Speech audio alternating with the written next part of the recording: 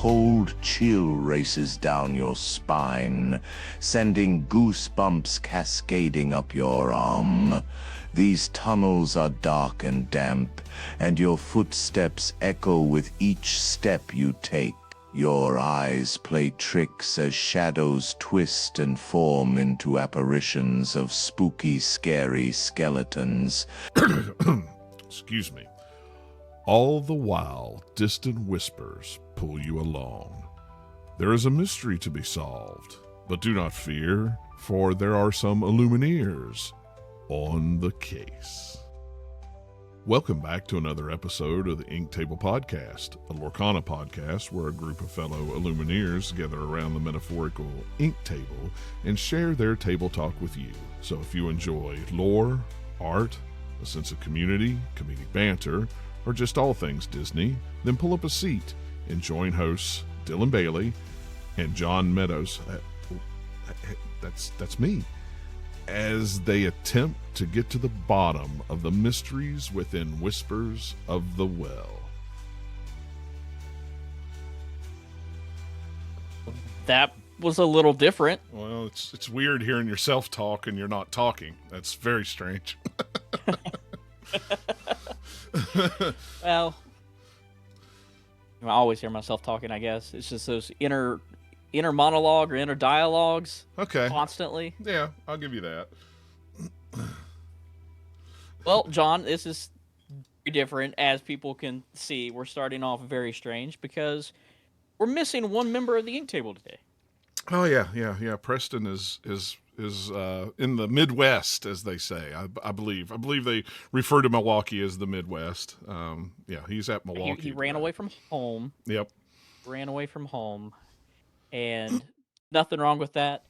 Preston is actually out and about. He is at North America's first DLC over at Milwaukee, rubbing elbows with all the other content creators, playing some Core Constructed. I guess it's not really going to be a spoiler alert, but what did he go? 4 and 3? 4 and 3, I think is what he said. 4 and 3. 4 and 3. Really, really, really impressive. Yeah. I guess it was over a year ago because we had like such a long drought. But yeah. Preston went to DLC Atlanta, and that was the Lorcana's first ever DLC. And this is kind of like their first ever DLC too. I mean, it's really not, but it's been so long, and it's a whole new group of people. It's not PPG anymore. It's pastimes over here in NA. So it's kind of like that first DLC all over again. But as a player, Preston has grew a lot. I mean, he loves Disney. He came into this game, but he really likes that competitive scene, and he wants to challenge himself. So being able to actually participate in Core Constructed, I know in the last podcast episode when he talked about it, and off camera when he was talking to us, he was like, his main goal is 3 wins. Yeah. I don't want to set the bar too high. 3 wins, getting that Mulan promo card would be absolutely fantastic. And he succeeded, and we're super, super proud of him. We hate that he can't be here with us today. There is so much news and information, and we've already waited this long. We can't wait any longer. No. We have Whispers in the Well right around the corner. We got to talk about this because there's just so much to talk about now. Yeah, there's a lot. But Preston will be back. I mean, it's not like he's left the table forever. just one show, one show. It'll be the one show without him, and you'll just hear a lot of me going, yeah, oh yeah, that's yep. And we'll open you up.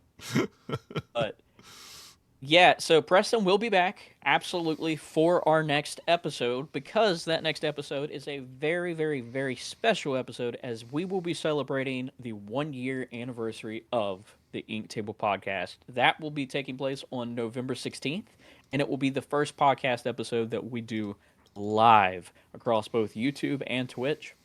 So be sure to go on YouTube, and you can go ahead and you can get notified for when that video does go live, so you can go ahead and join it. We already have it on there.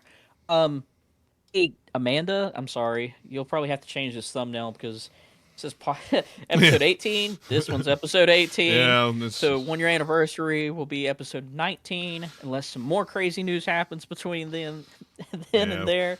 We never thought about doing this, so it was like, I was like, no, we have to. There's too much new stuff to talk about to wait another 2 weeks.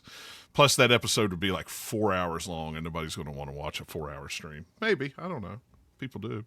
Yeah. Yeah, right. But one of the big things that is currently taking place, like we said, is that Milwaukee DLC. I know typically we don't really talk meta, but we do talk DLCs because they are a major pillar within this community and its growth, and it's a vibe check for all of us Illumineers across the entire board, no matter who you are, because these DLCs are supposed to be a celebration of the community coming together. We're not going to go into full details because, I mean, heck, Preston's the one there. We want to wait for him to get back. That way he can give his stories, his tells, and his overall experience, and we can kind of live vicariously through him. If you're following along on our Instagram pages or other socials, I believe that all of that will be captured there, and you can go back and watch all of the shorts that he created while he was there and all of the photos that he took with other Illumineers, the same way that we did at Gen Con. So that will always be there as like an archive that even we can look back on in the future and be like, hey, this was pretty cool that we got to do this. And again, it's not us, it's him, but it's the table as a whole. We are there in spirit. He brought us with him, and we've been hanging out, chilling in the Discord with our Discord community, talking about Milwaukee, same way we did the World Championships, the same way we will for all the DLCs in the future. And all of that, again, will be archived. Quick state of the inks. So, we don't really have an image for this. I'm not going to talk about it a whole lot again. This will be mostly for next set. Two big things I do want to point out are there was less Blurple. Blurple broke a record. We talked about it in that last podcast episode too, about how much it was represented. 36% of all decks that were ran in DLC Bologna's core constructed were Blurple. Over 50% ran Amethyst. Yet there was one ink combination that did not get used at all, and that was Emerald Ruby. Well, we are very, very happy that we did learn today that every ink combination was present at Milwaukee DLC, 8 of those being that Christmas tree deck or Christmas themed deck. And the Blurple wise, if I remember the numbers, it did drop from 36% to closer to 30. Yeah, I think it was 29 or something like that. Yeah. Yeah, it was right there. But right underneath that was Amethyst still, like right on its heels, like 25%, something like that. 24.82. Which makes sense. Yeah. Right. That makes total sense because, I mean, just the top 4 or top 6 at Bologna, only one of those was Blurple, and 2 of them were that Amethyst still. So people trying to counter the meta a little bit. But we're done. We're done with DLC talk. We'll save that. We'll save that for when Preston gets back so he can share his experience because me and John, I mean, there's 2 more coming up. Yep. We want to learn as much as we possibly can and give you guys as much information as we can so we can make educated decisions, and so can you whenever it comes to deciding if you want to go to Richmond, which tickets go on sale, I believe, November 10th. So I know we're not recording that podcast episode until the 16th. You'll still have Indy after that as DLC 3 in North America, at least. And heck, if you're an international viewer over from Ireland, I know we got some players over there. Maybe this will be some information for EU as well, even though I know that's not Pastimes. That is Fanfinity running those. Right. But moving on to the bulk of our news, there's so much information that dropped about the current set that we're about to go into and the future of Lorcana. So we're kind of going to do all of this a little bit backwards. Housekeeping, we're going to start with the furthest information we have out and just work our way to the present about what is currently going on, because these other ones, there's not as much information, so we can knock them out pretty quick, I think. Yeah. So first off, we now know that in Q3 2026, we will have a set release Do not know what it's titled yet. Do not know the name of it. My educated guess tells me it will be that summer set, and it will most likely come out in August or around August. But we do know that one IP that will be coming to that set is Turning Red. Don, have you ever seen Turning Red? No, I have not. That is one of the movies I have not seen. I've just seen the trailer for it. That's I it. don't think I have either. I've Yeah, I've never seen watched a it. couple of things. I feel like we've had some Disney trivia questions about Turning Red, Yeah, we have. and but But I've never seen it. I know the kids have seen it a couple of times, but I've never actually watched it. I get the gist of it to an extent, and I'm huge in the mythology, so I know it plays into some cultural mythos there. So I'd probably get into it and like it. yeah. Two big things about this. Number one, while we were at Gen Con, we were watching the second anniversary panel, and Liam and Aaron, the Illuminateers, were up on stage during at one point, and they were talking and discussing with a lot of like Naomi and a bunch of other people from Ravensburger, and they were asked if they could have any character or any IP come to Lorcana, what would it be? And I think Erin answered for Liam or on behalf of her husband and said Turning Red because it is absolutely his favorite movie. So, Illuminateers, Liam, I know that you absolutely love this, and I love this for you. The second part of that is that this is not a Disney IP. This is a Disney Pixar IP. Right. So technically, this was not the first one announced, but like looking at it, this will be one of the first Pixar IPs coming to Lorcana. Right. But we're still not sure not the when first. Toy Story is coming, though. Is Toy Story coming before this? Am I spoiling you? Yes, Okay. a little bit. You're good. No, but you're right. You're right. You were Okay. You were there. All right. So you brought up Toy Story. Yeah. That's the thing. It's because going into that, the set that will come out in Q2 of 2026, we officially have a name for, and it is titled Wilds Unknown. Okay. So, Wilds Unknown coming in 2026, and we'll just slap this on here because I love that they've been turning around on their website and stuff and adding these. I don't even know what you would call them. It's not flavor text, but it's kind of like the defining message of what this set represents. So it says, "Stick together. Brave glimmers of all shapes and plastics must traverse together through treacherous terrains to get back home. Make sure your batteries are fully charged for this incredible adventure." Clearly Toy Story. Oh, yeah. I mean, obviously you got Buzz and Woody there. This is incredible art. I don't think this is the same art that we saw of Buzz and Woody at Gen Con during the second anniversary panel. No, we saw them from the back. They were like looking over into Yeah, they it, were kind of so- like they were pointing at the Illuminary.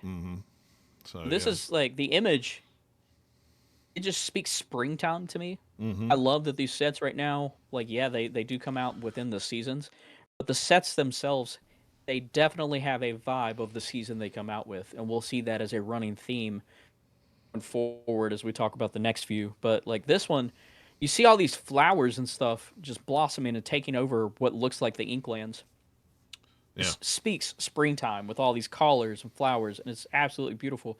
I think it's interesting that we see the Great Illuminary in the back of this photo, and that's kind of like our home. Yeah. Mm-hmm. I didn't notice that Yeah. before. Well, I think it's going to play a major role in this. and if you think when this comes out, we got the next one coming up in 2 weeks, Whispers, and then the next one is January something, in the first week of January or second week of January, somewhere around in there. February. So, February. So March, April, May. So April showers bring May Right around flowers. spring. So right around in Right. the spring. So it seems like that would track with the theme.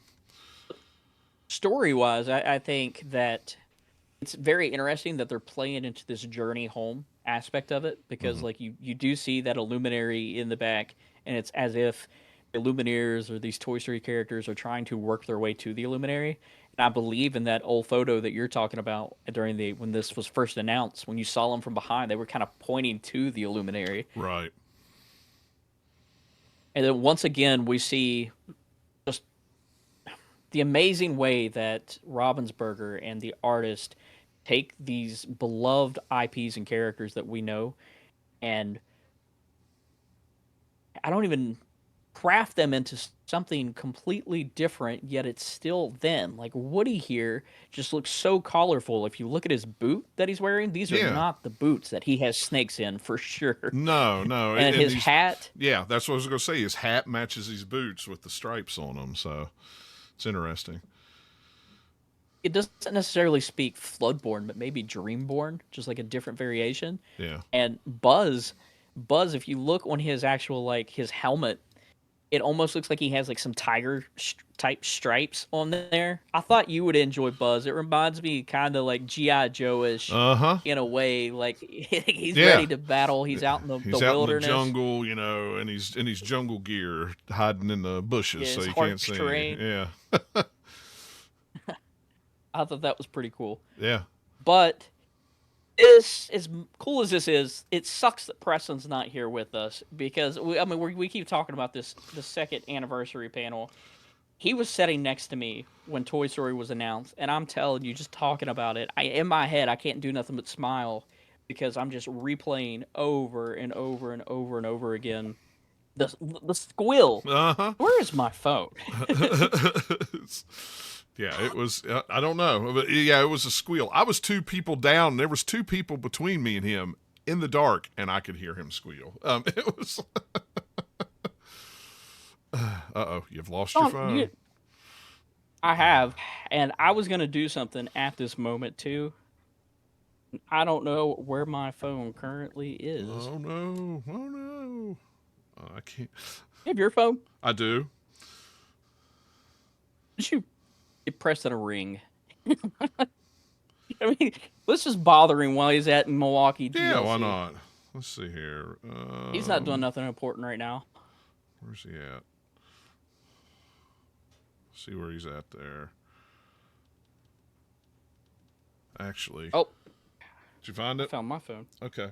I did. I was going to say... Sorry, audio listeners. Yeah, sorry about that, audio. Because I know what's going to happen as soon as I call. It's probably going to kick me out of this call. So we'd have let's add him to this call. No. I'm going to call his phone right now. Oh, you got his phone. Oh, see, I don't have his phone. I don't have personal phone numbers. Well, yeah, I guess I do. I forgot. Let's see if he answers. Does that come through? It's been forwarded to voicemail. Oh, the person you're trying to reach is not available. You've been sent to voicemail. Preston. Let's leave him a voicemail. Hi, Preston. It's John and Dylan here. We are currently recording the podcast episode, and we can't help but think about you right now because we're talking about Wilds Unknown and just how much Toy Story means to you overall. Just as a franchise and IP, we hope you're having a great time at Milwaukee. We can't wait for you to get back so we can play with you at League and hear all about your trip. And yeah, hopefully this gets through, and we miss you, buddy. Have a good time. Would have been great if you'd answered. Could you imagine? Tried. Yeah, we tried. It's all right. It happens. It's okay. All right, but Preston, maybe we'll have more information on Wilds Unknown in the future. You know how Ravensburger is. It's like they release a set, they wait a week or two, and then they turn around and they'll show off some more stuff. Yeah. So moving forward from that, real quick, he's not here. I can't ask him. I'll ask you. Okay. Buzz and Woody, we've talked about it before. We have typically been getting 2 Iconics a set since these Iconics dropped in Fabled. Do we think that Buzz and Woody will be the iconic cards for Wilds Unknown? I think so. I think they will be. And Preston will lose his gourd over it. I mean, he will lose his mind. I don't know if he will like pay for them out of pocket or if he's just going to continue to buy product until he gets it. Like that turn into his actual chase card. I mean, I can't imagine him not being. I just can't at this point. I just can't. I don't see who else it would be. Because we won't be. I don't think we'll be doing a big baddie then. So that'll either be the set before or the set after. Yeah, I don't think so either. Not during that set. The last thing to keep in mind is before we move on from this photo, is I want our audience, again, sorry audio listeners, but try to describe it as best we can. We've talked about these beautiful flowers that are very reminiscent of spring that have blossomed and taken over the entire Inklands. And we've talked about the Illuminary in the back, but if you notice, there is a vine that has curled its way almost serpentine-like throughout the entire Inklands and is actually wrapped around the Illuminary as if choking it of all of its power, almost like an anaconda-like vice, or just wrapping around the entire realm of Lorcana. Right. And I think that is going to play a major, major role, the environment itself within this set. So even if it's not a big bad per se, like in a villain, the environment itself, in its own way, is kind of like the bad. Right.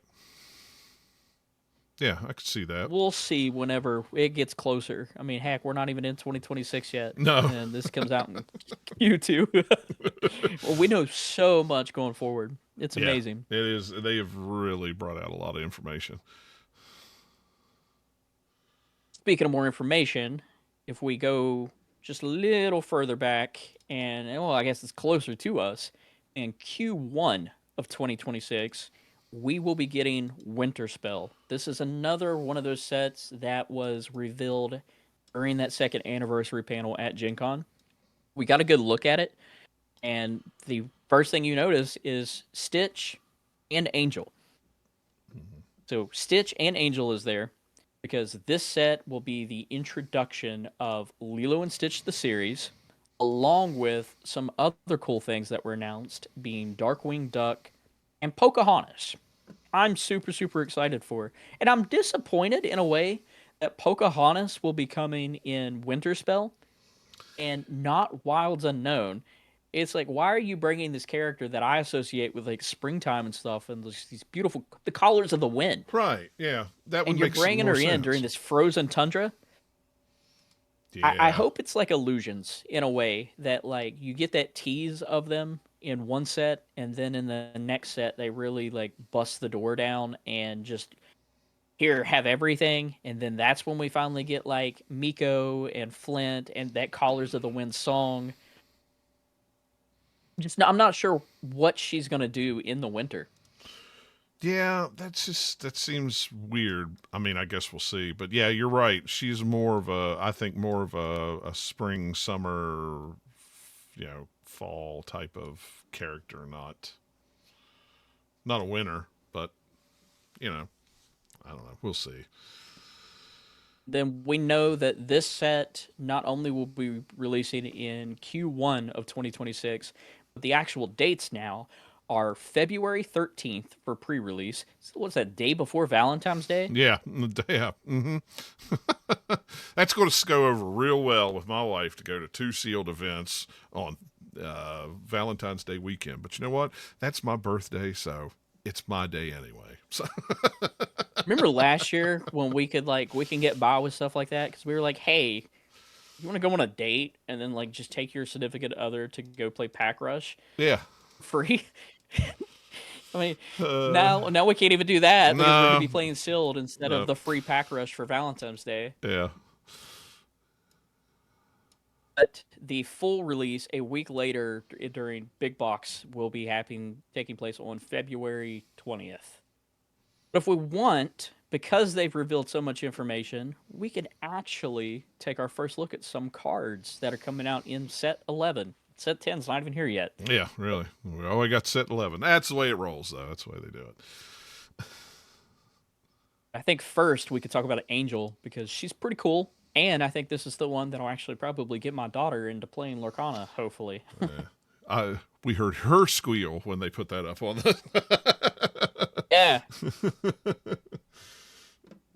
Angel, you'll look at her, I think excites a lot of people and might excite you, John, just a little bit. This is a Amber 2-cost inkable glimmer. It is Angel the Siren Singer. Amber getting like more singer capabilities here.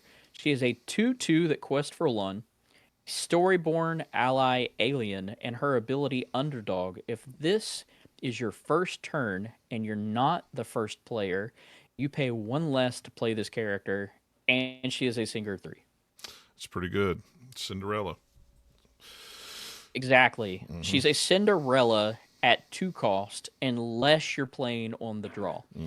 And I think an issue that Lorcana has, or a lot of people bring up, is sometimes it really comes down to the dice roll. And this is something that kind of counters that you might be able to play a character on turn 1, but now that I'm playing on the draw, I now have kind of a counter to go ahead and play. But it also, I don't know. To me, this is kind of representing the return of Amber Still in a way. Maybe those singers that you like, that deck that you love to run, that they've kind of taken away from in the recent past. Slowly starting to get we'll see some more songs back. It seems like we'll talk about that later. But then her significant other, one of the poster childs for this entire set, is Stitch. A 5-cost inkable Stitch. Carefree snowboarder. Not surfer, but snowboarder. All right. He's a 4/5 storyborn hero alien that quest for 2. And his ability, bring your friends. Whenever this character quests, if you have 2 or more other characters in play, you may draw a card. It's pretty good. I like it. Yeah, I mean, it's a lot of people, again, complain that Amethyst is one of the only ink colors that has ways to draw cards. In a way, it does whenever it comes to pure card draw. Yeah. But that doesn't necessarily mean that drawing cards isn't something that these other colors can do. They just do it in their own unique ways. We talk about Still all the time. Still likes to draw cards while discarding. Yep. Amber has this thing where it's kind of like low-cost aggro. I mean, going back to even the Rockstar Stitch that plays into like those 2-cost characters or less. They want you to have multiple characters or small characters in play in order to get other effects. Kind of like the Piglet Pirate Captain, right? Yeah. You had to have so many characters in play for him to quest for more. Right. So now it's you got to have so many to draw. I think that still sticks with that niche defining factor that Amber has that makes it unique. Yeah. Then getting into some other cards that have some people excited. We'll start with Launchpad.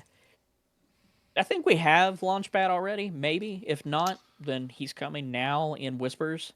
Yeah, I can't remember if we do or not. If we do, I've never paid attention. I think there's an Emerald Launchpad that's getting ready to come out. That like Yeah. when you play him, you banish a location or something.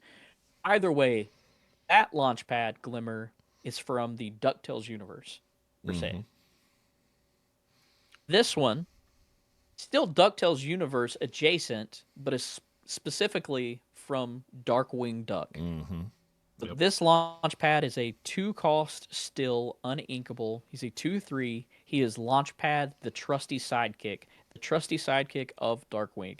His ability, What Did You Need, allows him to exert to draw a card, then choose and discard a card unless you have a character named Darkwing Duck in play. There you go. Already going back to what we talked about.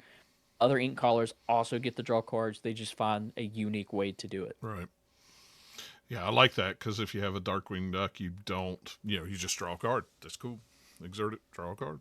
You play into that theme deck. He's another ally. I know you've been playing a lot of allies here recently. Yep. I've been playing the ally deck. I like it. I like allies. And then the last reveal here for Winterspell, card-wise, we have that Darkwing Duck that so many people have been waiting for. It is a 4-cost uninkable sapphire card. It's a 3/5. is Darkwing Duck, the Dashing Gadgeteer. He is a Dreamborn superhero detective. Yeah, we talked about that. Let me That's say that new. again. Yeah. That is new. A super Oz hero. Yep. 2 tags, super tag and hero tag. This is the first time that we are seeing that super tag. And I have a couple of theories about this. Okay. First off, I think that these tags are super, super important, and Ravensburger always puts them in to kind of like set up for other cards in the future so they can play off of each other. Mm-hmm. We already talked about Pixar coming in the future. This could easily be them introducing a tag of super to prep for when the Incredibles eventually come. That would be cool. And you know that the Incredibles can't be far behind once they start bringing Pixar in. That's No, I mean it's like they've already said Toy Story, Turning Red. And Turning Red's newer.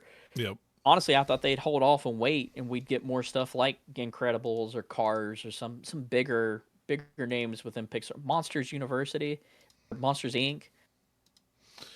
Turning Red was big with a certain age of, I don't want to say kids, but a certain age of people. My niece loved it, and she was young when it came out. I guess it also goes into this thing of like Lorcana's worldwide. Yeah. We're getting into all these other markets and stuff now, as we'll see during like season 2 of DLCs of just everywhere they are. And I think Turning Red might just be like also a big IP to get for those Asian markets and stuff, because it's a character kind of like you see with them giving out the Mulan promo. Was it an enchanted Mulan promo that they were giving out specifically in China? I think so. I think it was enchanted. Yeah. I think you're right. But it was like a special promo Right. that they could get in like their promo packs or something. So just really finding characters that the different markets can really get behind and gravitate towards because they connect with it in some way. Right. Back to Darkwing.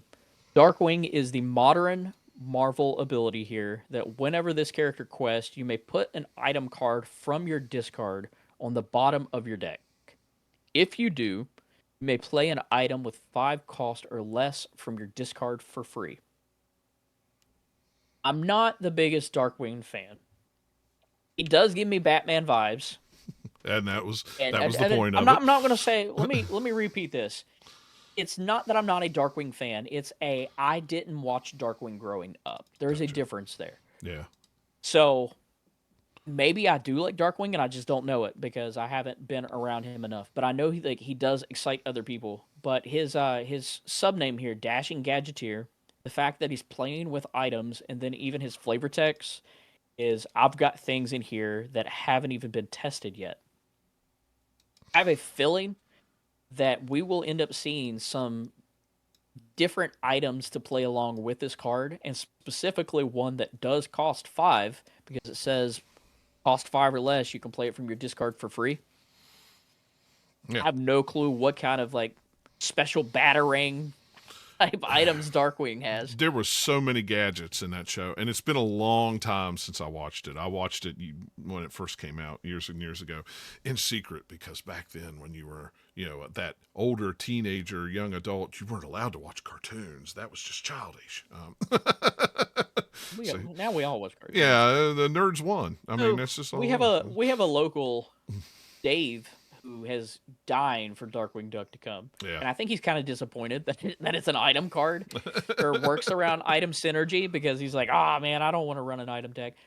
But I know he has the info. So Dave or anybody else that is watching, if you have any information.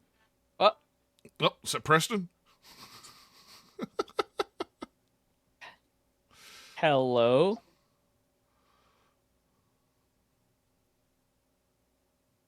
How'd your last game go? Can't hear him. Is he on speaker? Oh, can you repeat that? Oh, still can't hear him. Then I beat Amber Steel. There he goes. Oh, apparently the audio is not coming through. It did there when you turned it. I don't know if it'll mess up. Oh. Oh, he's jumping in. Yep, he's jumping in, Whoa. folks. It's going to look funny on screen, but that's all right. Hang on, I can change things. I can John, change. can I turn on, No, can I turn on my webcam? Will that screw things up? no. Hang on a second. Let me. Yeah, let's do it. We'll go live from Milwaukee. How Yeah, about that? There you go. Okay, go ahead. All right, hold I on. got your Let's little do this. picture Hold here. on. Oh, yeah, there he is. Hi. What's going on, guys? I can't really hear y'all. Let me. AirPods probably won't do well, but let me. Can I flip myself around here? Hold on. Yes. Technology. Whoa. So, just wrapping things up. I don't know where we're at. I think the top 16 has finished. So we got the broadcasting booth over here. I just meandered over here just to see what's up. So, got the whole crew over here. So, This place is huge. yeah, what is it? I said that place Dan? is huge. Is that Dan? Oh yeah, the footprint here. I'll do a little quick pan around. The footprint is pretty massive, but now I have a dilemma because now I got more tickets than what I thought I was going to get. So not enough for the non-foil Simba and Elsa, but I can get a Let It Go promo. Oh, there you go. I'm like, okay, but no, good matches all around. And folks, on our first anniversary, I have some thoughts about Affinity, and I don't know if Dylan's gonna like them. Oh, Uh-oh. spoiler alert. So, how'd the episode go? Oh, we're right in the middle We're of it. still going. You're We're live. Live, How's right in the gone middle so of far? it. So we are currently talking about Winterspell. I think we're getting ready to wrap the conversation of Winterspell up, kinda. Like we just talked about Darkwing and how Darkwing is a item synergy card. Hold on a second. Hold on, I'm gonna have to drop a rejoin Discord bugged out. Hold on. Uh-oh. Row. Oh, man, but we're doing it live. I like it. This is wonderful. This Yeah. is wonderful. It's not bad. It's not bad at all. I've never. All right, hold on. There we go. Okay. Let me. All right. This. Sorry, folks. This is live. You cannot get more live That's right. than You this. can't get any more live than this. This is on the cuff. We didn't schedule Let this. me- We didn't work it out. It's great. You know, I actually don't. I don't have my AirPods. Let me find a quiet area. So you're talking about Winterspell and what card? We were talking about Darkwing and about how he is item synergy. Okay. Yeah, but we don't want to keep you too long. The only thing that we really wanted to bug you and bother you about, which you're going to get like this really, really sweet voicemail that you can listen to just whenever you want. But we were talking, because we're working our way backwards. We started with the furthest out information and are working our way towards like the newest, like Whispers in the Well. But one of those sets that's coming out way out in advance is this little thing called Wilds Unknown. Yes, little thing. So we just wanted to bug you and bother a little you. site called Wilds Unknown. Yeah, just a little one. But it's got some little people in it, kinda, and we just wanted to break it down or have you to talk about, just real quick, about what Toy Story as an IP means to you. Oh shoot! I mean, I grew up with them, and I'm a 95 baby, so I just turned 30. But Toy Story was and John's shaking his head, going, "No, you can't." I graduated Toy in Story- '94 for just everybody that wants to know. I graduated high school in '94. Thank you. Go ahead. Continue. No. Toy Story is going to be a great IP. It means a lot, just nostalgic, just as just somebody who just has always enjoyed Disney. I know I still have a lot of catching up to do. I know I just watched Robin Hood and everything else. I'm catching up, but Toy Story was just the franchise that was there from the beginning, and I think we saw it at Gen Con, just like how excited I was that Toy Story was here. Just casually, you can hear me yelling in the background. Maybe an explicitive if you listen really closely. But no, it's exciting, and I wish we could. Not that I'm not excited for Winterspell, not that I'm not excited for Winterspell, Whispers in the Well, but I kind of wish we could just jump forward to Wilds Unknown a little bit. I think the Buzz and Woody iconic. We're getting Buzz and Woody iconics. That was my question. If they don't, I will I don't know. But no, it's going to be great to play with these cards and play with these franchises, and especially as somebody who is looking to go to the remaining DLCs, especially Richmond. Unfortunately, I don't think Wilds Unknown is going to be legal out then, but just the sheer fact that we could see Continentals and Worlds with Toy Story IP, that's fun. That's super fun. Yep. I don't know. That's all we really wanted to bother you for. We know you're a busy man with all these getting tickets. Yeah, it's been good. Kudos to Pastimes and all the judges. They've done a fantastic job. It's busy. I'll say this. I know we'll talk about this a little bit more as we get to our next episode. I'm going to try to walk over to the prize wall just to kind of show off the shinies here for the podcast. But yeah, no, everyone's done fantastic. But one thing that I had a conversation with one of the judges is that the 3-win Mulan in the main event had a lot of people retaining and staying in the main event for a lot longer. That's good. Because if you win your first 2 matches, you are incentivized to play to the very end. Right. So, yeah, I think the haul here, though, not to drive away from Wilds Unknown, but 2 Mulans, a Pegasus, and then whatever I decided to get from the prize wall here. I don't want to. The podcast will be out by then, but the Aiden, the 10-year-old, is advancing to the top 8. Wow, really? So we didn't even talk about that. No, we hadn't talked about that at all yet. Right? So. Yes, I think that is still ongoing. If that is not the case, I've been mistaken by crowd stuff because it kind of went through the crowd. Monica from Lorcana Duo was at least in the top 16. I don't know where she landed, but we got some good day one. Undefeated day one, Yep. made 64 cut, made 32 cut, playing top 16. So wow, good diversity in the top end. Time out. You said this. How old is this kid? He's 10 years old, and he's a little kid. He's going on to the top 8. Yes. Did you not message us and say that he was playing DKP earlier? Correct. And he beat him. This 10-year-old just beat the world champion. DKP world champion. And I have to go back and confirm all this because I'm just hearing secondhand information because I'm not watching the stream. Right. I'm not on Facebook, but to my understanding, the little one was on Amber Steel, and then DKP was on Blurple. And as a Blurple player, that's a hard matchup. Which part, the 10-year-old or the Amber Steel? As someone who gets beat by 8-year or a 6-year-old a lot, it's probably the latter. No. Anyway, I can't get over to the prize wall because there's a lot of people here. That's the next. Oh, I bet. It wouldn't be a Disney event without a line. Oh, so, of course. Yeah. we got 2 lines. We have to redeem our remaining tickets, and we have to get everything here. But I'll let you all go and finish up the podcast. Miss you all. But it's been great here. Hopefully you all have liked the Instagram content. I kind of just told John and Dylan, I got this. So it's been good coverage. That's been great. It's been good coverage. I'll see you all next weekend. And folks, thanks for tuning into this episode, November 16th. Bookmark it. Get the notifications. Yep. So, all right. Well, peace out from Milwaukee. So safe travels. Be careful. Bye, Preston. We'll see you, buddy.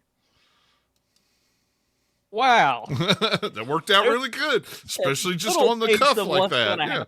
Yeah, wow. Yeah, I'm on Facebook right now, Aiden. This is top 16. Yeah. That's awesome. That is. Me and you, we've been extremely busy today because even before the podcast, we were recording something else that people will see in the future. So we really haven't been able to keep up and watch streams and stuff either. We're just vicariously living through all the messages that Preston's sending.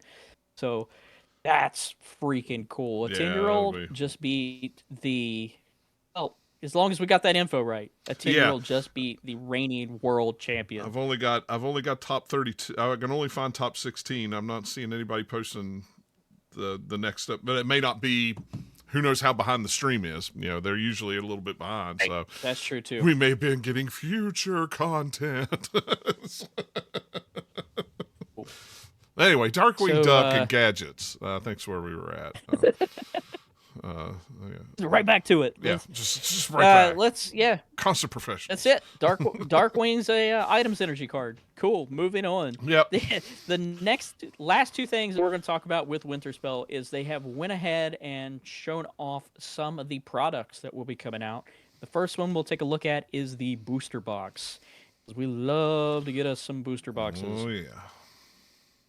Do we have it here? We do. Yep. So again, you see that key art there with Angel and the snowboarding Stitch. And you get to see some of the packs. And the packs, the covers are going to be the Darkwing Duck, the Angel, and now we get our first look at a brand new Glimmer that we don't have the card for yet. But this is clearly a Tinkerbell Glimmer, all decked out for the winter season. Mm-hmm. And again, I have a daughter in my house who's like 12 years old now, I think. I mean, just had a birthday, 12, 13. So I grew up watching these Tinkerbell movies that came out straight to Disney, like the featured animated, like the whole fairy franchise. And I really hope that we get more fairies in the future. Yeah. I can see it happening. This one in particular reminds me a lot of the Tinkerbell that we see in Secret of the Wings. For any of our fans who have seen that, or you haven't, you can look it up. It is Secret of the Wings. It is a Tinkerbell movie where she actually goes into like the winter season and finds that she has like a long lost twin sister named Periwinkle. Oh, okay. I think that name's right, but it just gives me those vibes. Cool. I've not seen that. Besides that, that's it. Yep. I mean, it's like we still get 12 cards per pack. Nothing extra or overly ordinary. Pretty box. You get them in a pretty box. Pretty box. Speaking of pretty boxes, we also got our first look at the Winterspell Trove. Yep. Don't get to see the contents just yet. Don't get to see those cards on the side there either. I see 3 cards, but I can't zoom and enhance on that. No, but I can tell you that the one in the middle is that amber snowboarding Stitch. Yeah, I could tell that. The one on the left, again, like this is just vague. We don't have the enhanced photos of this. The one on the left looks like a steel card, potentially a Lilo. Mm-hmm. Very short name, whatever it is. The one on the right, I can see pretty clearly. This is a Sapphire Belle. I can't tell what her actual ability is, but she does look like she is a 3/3, potentially inkable 4 cost. But this Belle is, again, just like the Tinkerbell, dressed for winter and dressed for the holiday season. And her outfit looks like the same outfit that you see Belle wear in Beauty and the Beast, The Enchanted Christmas. I think this was a straight to VHS sequel at some point. But this is like the exact same outfit that she wears in it. Your eyes are better than me. I can't see that. I couldn't see it to save my life. Look it up, people. Hear me out. Beauty and the Beast, The Enchanted Christmas. You find that image of Belle. This card will have that Belle on it. And it's really cool because, like, again, we're talking about seasons and stuff. I know that this set comes out in February, but they can still play into the idea of the holiday season and Christmas and give us some Christmas cards. Oh, yeah. Absolutely. Still be pretty cool. And Christmas. We'll cover this trove. Right, yeah. We'll cover this trove again in the future, I'm sure, once we get to see like the inside of what the dice look like and everything else. Yeah. They're not some cool, sparkly, clear, blue something or another. They've got to be some kind of wintry, icy looking one. Yeah, just etched ice cubes. Yeah. Like little frost around the corners of them, something cool. Yep. It'd be really neat. And then that brings us to our current set that we're about to go into. The big one where most of our stuff or information that we're about to talk about is going to be, which has some glow-in-the-dark dice in the trove for Whispers in the Well. Did you hear that news? Yeah, those were cool. I can't wait for those. I want like a dozen of them. I'm going to have to buy more troves. How could we convince our local league to have like a blackout night Like we can play with like glow in the dark dice. I don't know. There's so many windows in that store. I don't know if it would how blacked out it would be. I mean, but it would be cool. I know.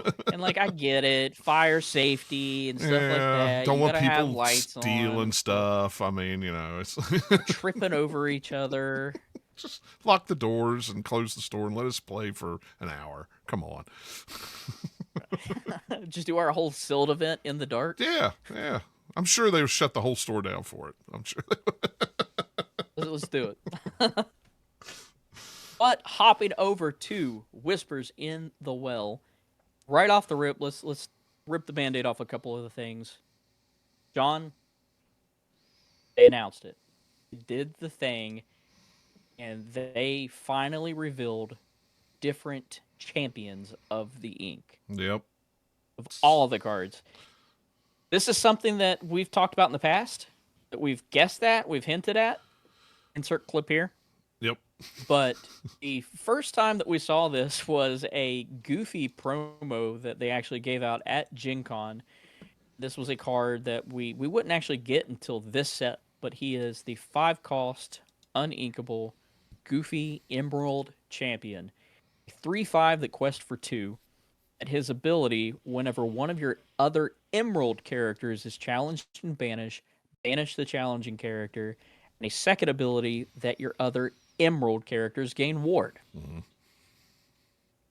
The first time that we were really seeing a card that specifically played into solely like, hey, you get abilities for your characters of this ink color, not of a certain tag or with a certain keyword, but if you are a Emerald card, I mean, he truly is the champion of Emerald. And I know we don't really see mono decks, but we could very easily like now see a mono deck, which is strange coming out of Arcasia's where we were taught how to dual wield ink. Right. And spoiler alert, in Whispers, we're not getting a single dual ink card. This is what, 2 sets now that we haven't got. I mean, I'll say new dual ink. Yeah, I mean, I guess Fabled we didn't, and I don't want to say Fabled doesn't count because it did have like mechanically new cards in it, and I still think that they could have very easily turned around and made some of those Ruby Singers amber as well. Mm-hmm.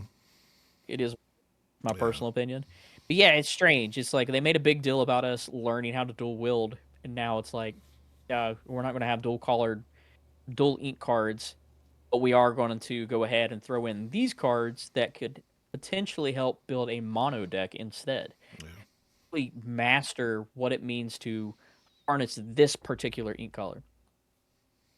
Then coming away from Goofy, because we've known about Goofy for a while. Oh yeah.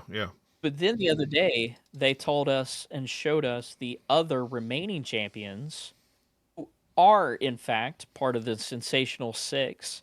So the first one is a Mickey Mouse, which is the Mickey Mouse Amber Champion, a 4-cost inkable 2/5. Another big body Amber characters who not only does he have a big body, but he's going to make sure that all of your Amber characters have a big body because his ability leading the way gives your other Amber characters or allows them to have +2 willpower. It's like a Rapunzel's Tower almost, like built in. You don't even have to have the location to move a character over. You just need Mickey in play. Yeah. And the second flavor text is pretty big too. And yeah, probably definitely for you.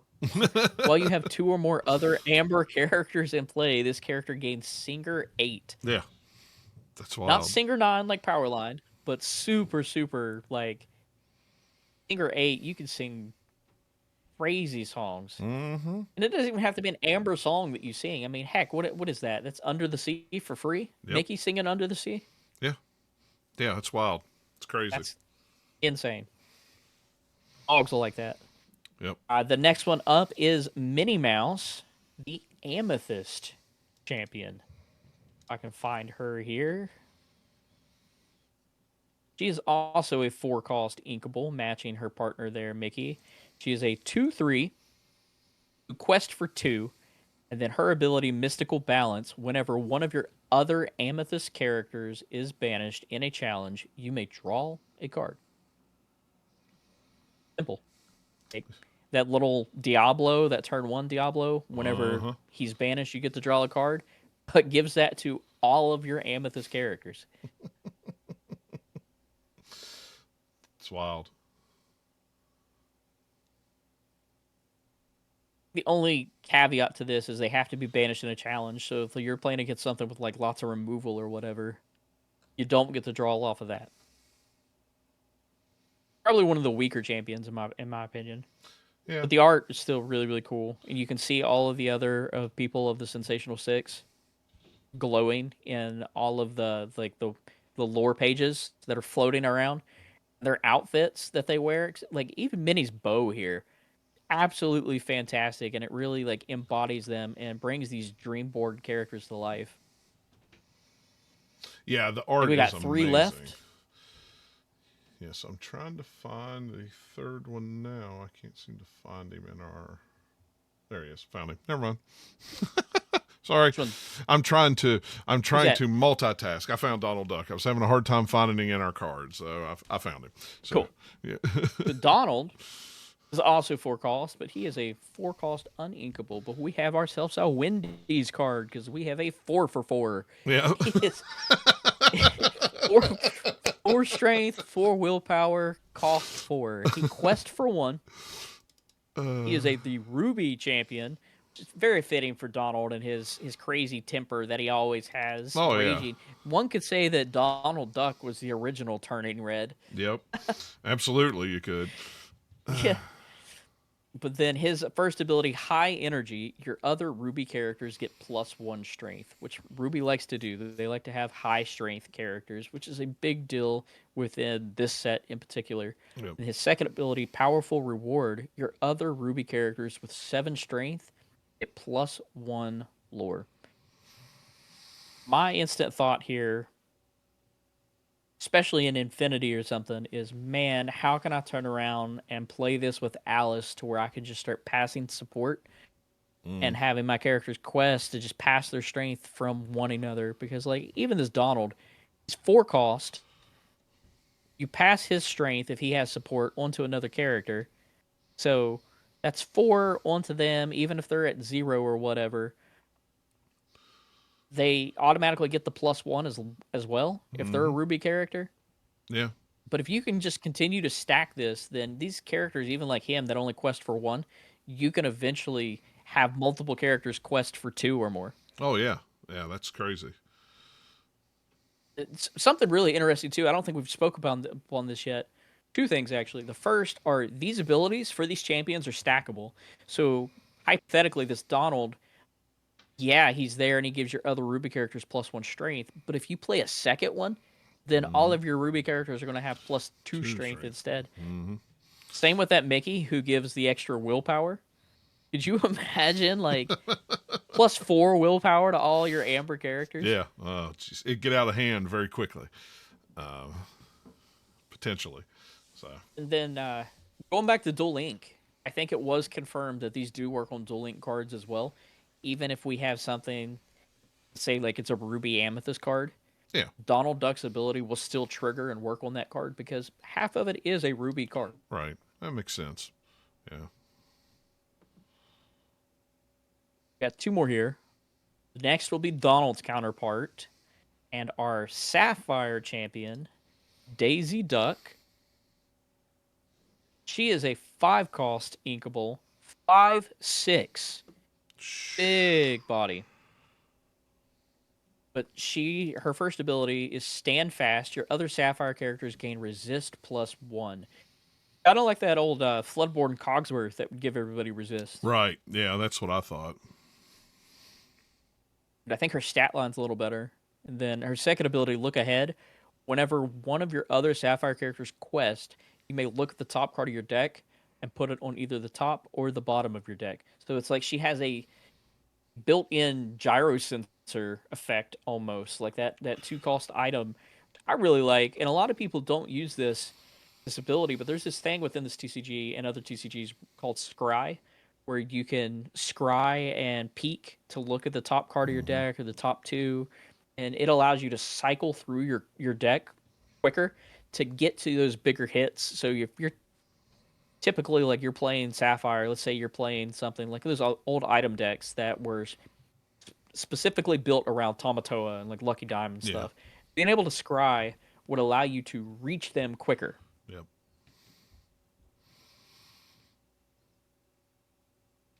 Like, even if you're playing like One Jump Ahead or other cards that would take the top card of your deck off, put it into your Inkwell.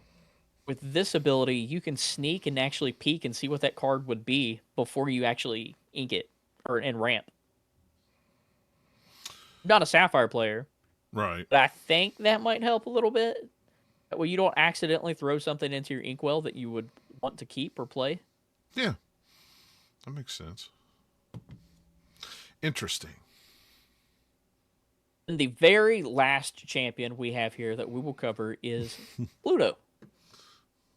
The 5-cost inkable steel champion, who is a 5/5 that quests for 2. His ability, winner take all. During your turn, whenever one of your other steel characters banishes another character in a challenge, gain 2 lore.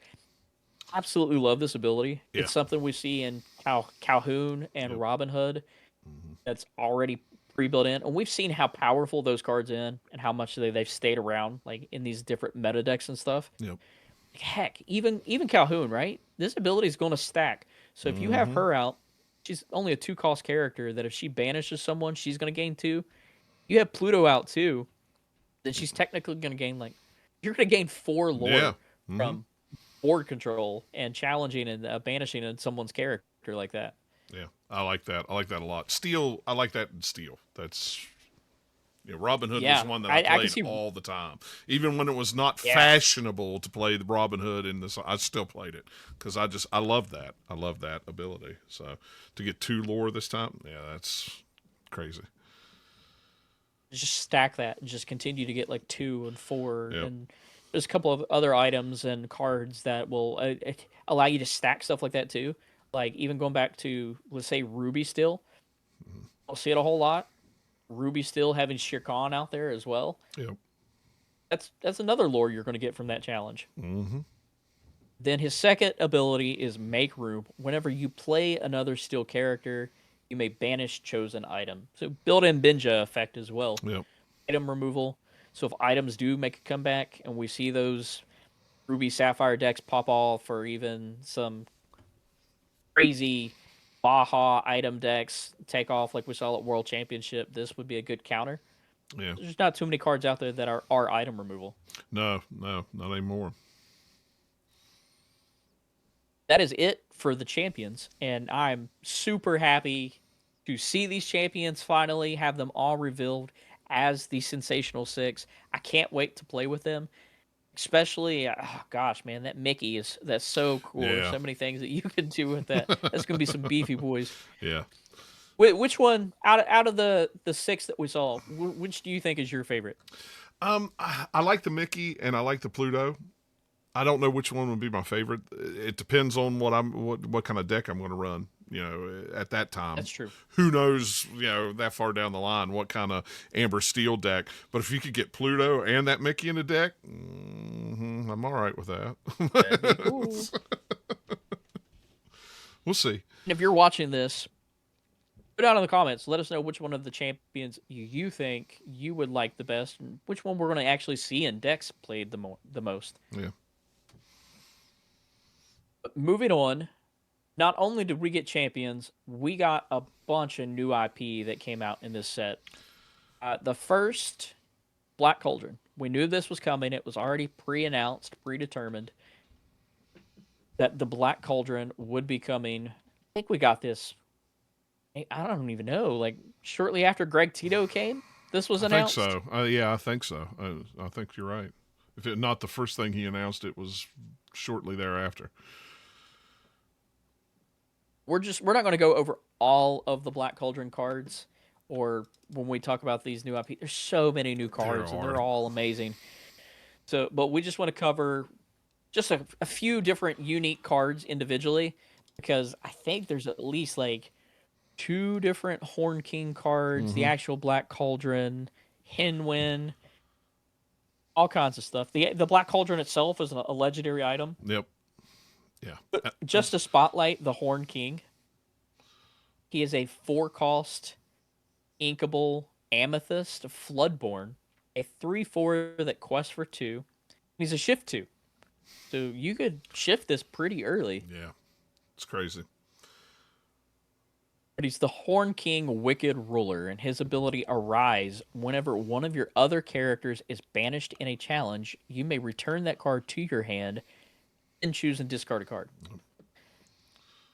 And I know that it doesn't sound like the best thing in the world, but it's giving you... It's not necessarily giving you card draw, but this goes along with something that we're seeing rise, especially within Fabled in that Circle of Life.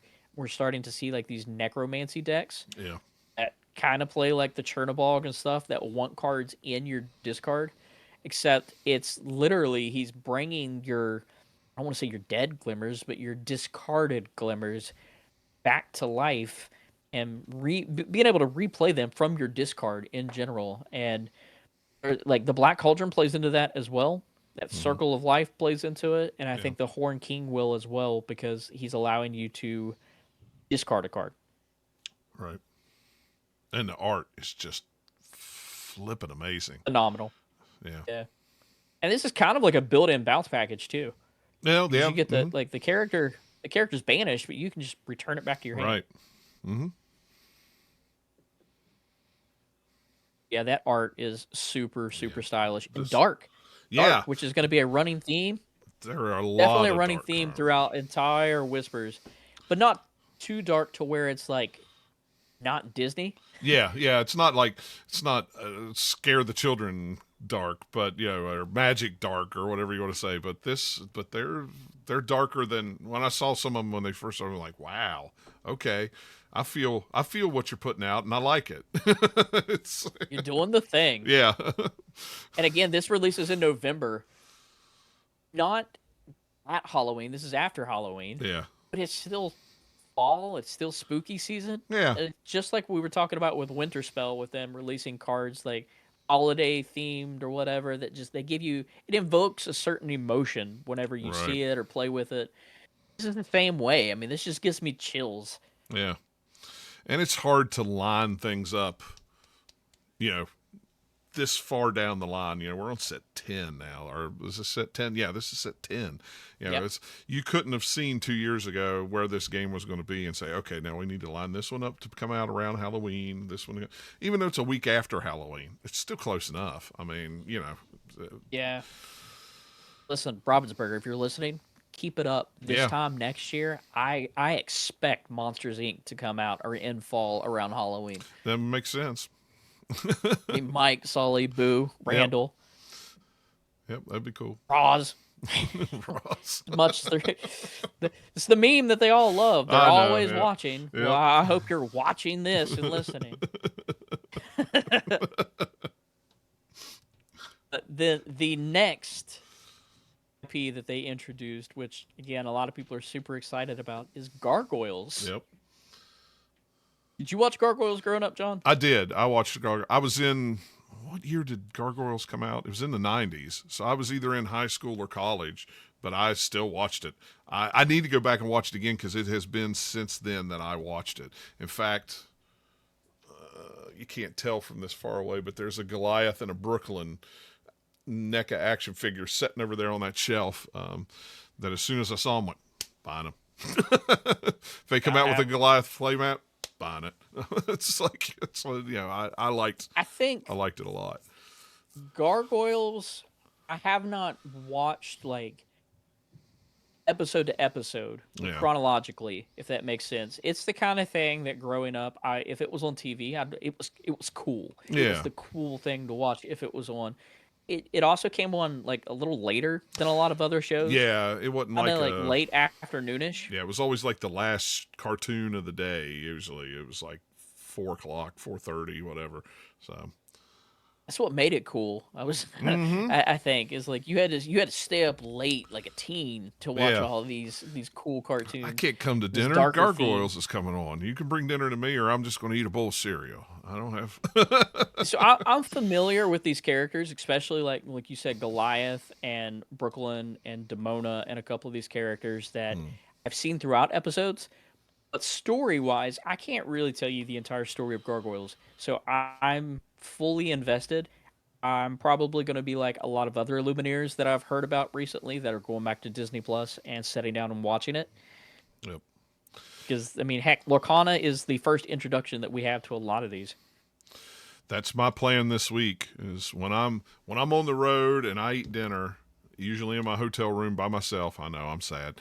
I set the iPad up and I watch something, and I love the little half-hour shows to watch because I can watch 2 or 3 of them, and I'm going to watch Gargoyles because I have not watched it. I don't think my wife's watched it at all. I need to talk her into sitting down and watching it. She'd like it a lot. So You say you love the half-hour shows. I'm the only like person that grew up still has that kid like mentality whenever it comes to like telling Tom, and it's like, oh well, how long is that? And I'm like, well, that's like 2 cartoon episodes. yeah, well, yeah, I'm the same way. 1 hour, that's 2 episodes of a cartoon. We prefer 30-minute shows still. It's like, oh, this show we want to get into, it's an hour an episode, and there's 22 episodes. Oh wait, that's a half hour. We could binge that real quick. It's like, Yeah, our normal podcast episode. Or cartoon episodes, people. Just keep that in mind. Keep it in mind. If you can sit down and watch 4 cartoons, then Yeah. you can watch an episode of the Ink Table Podcast. right now you're in 2 cartoons, 2 1/4 cartoons. So you know you still got There time. we go. Right on schedule.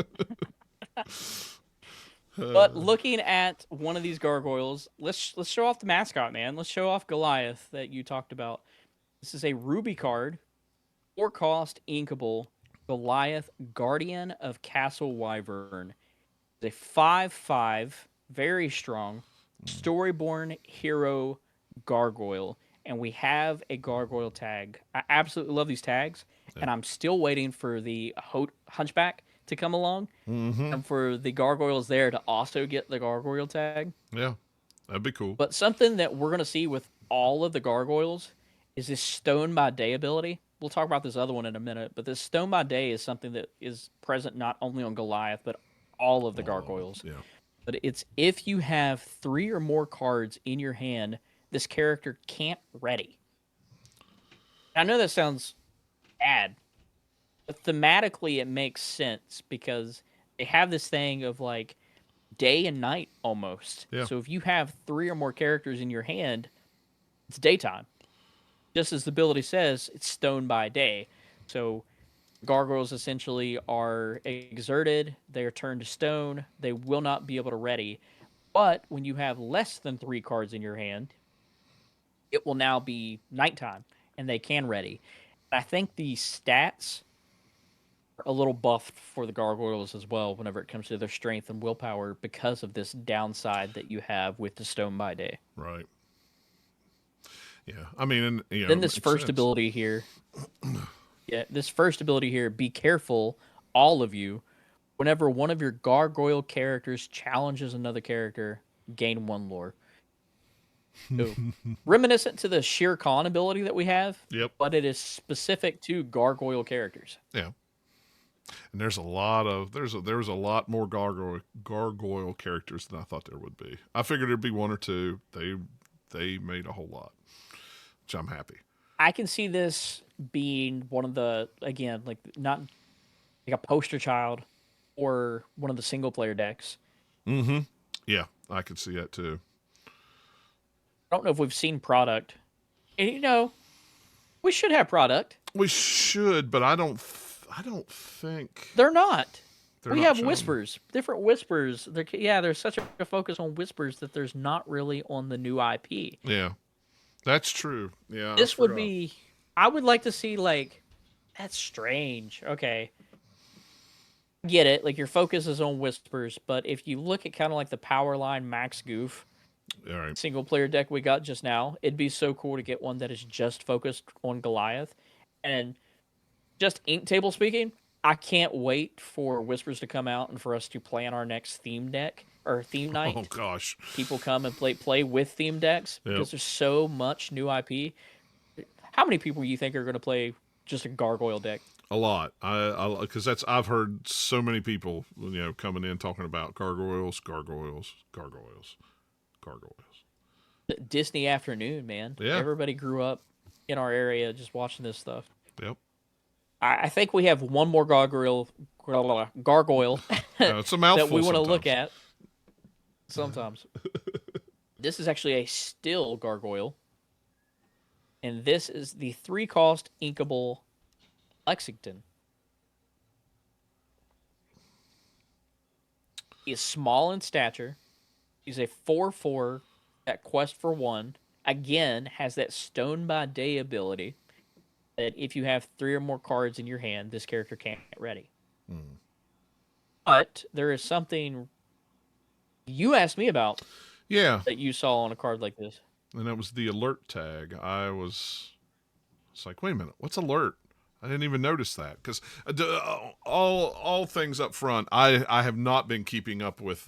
They were coming so hot and heavy. It was like, you know what? I can't keep up with it. I'm working. Let me just mute that channel on the thing, and maybe I'll go back in the evening and watch it. Now I'm just waiting for them all to come out. So some of these I'm just seeing Then I'm for just the first time. spamming the Discord with all the new reveals. And that's fine. Just Yeah. blowing people up. Yeah, it's fine. When you work on your phone though all day long, when you're working with your phone, it's like stop Right, it can definitely be annoying. No.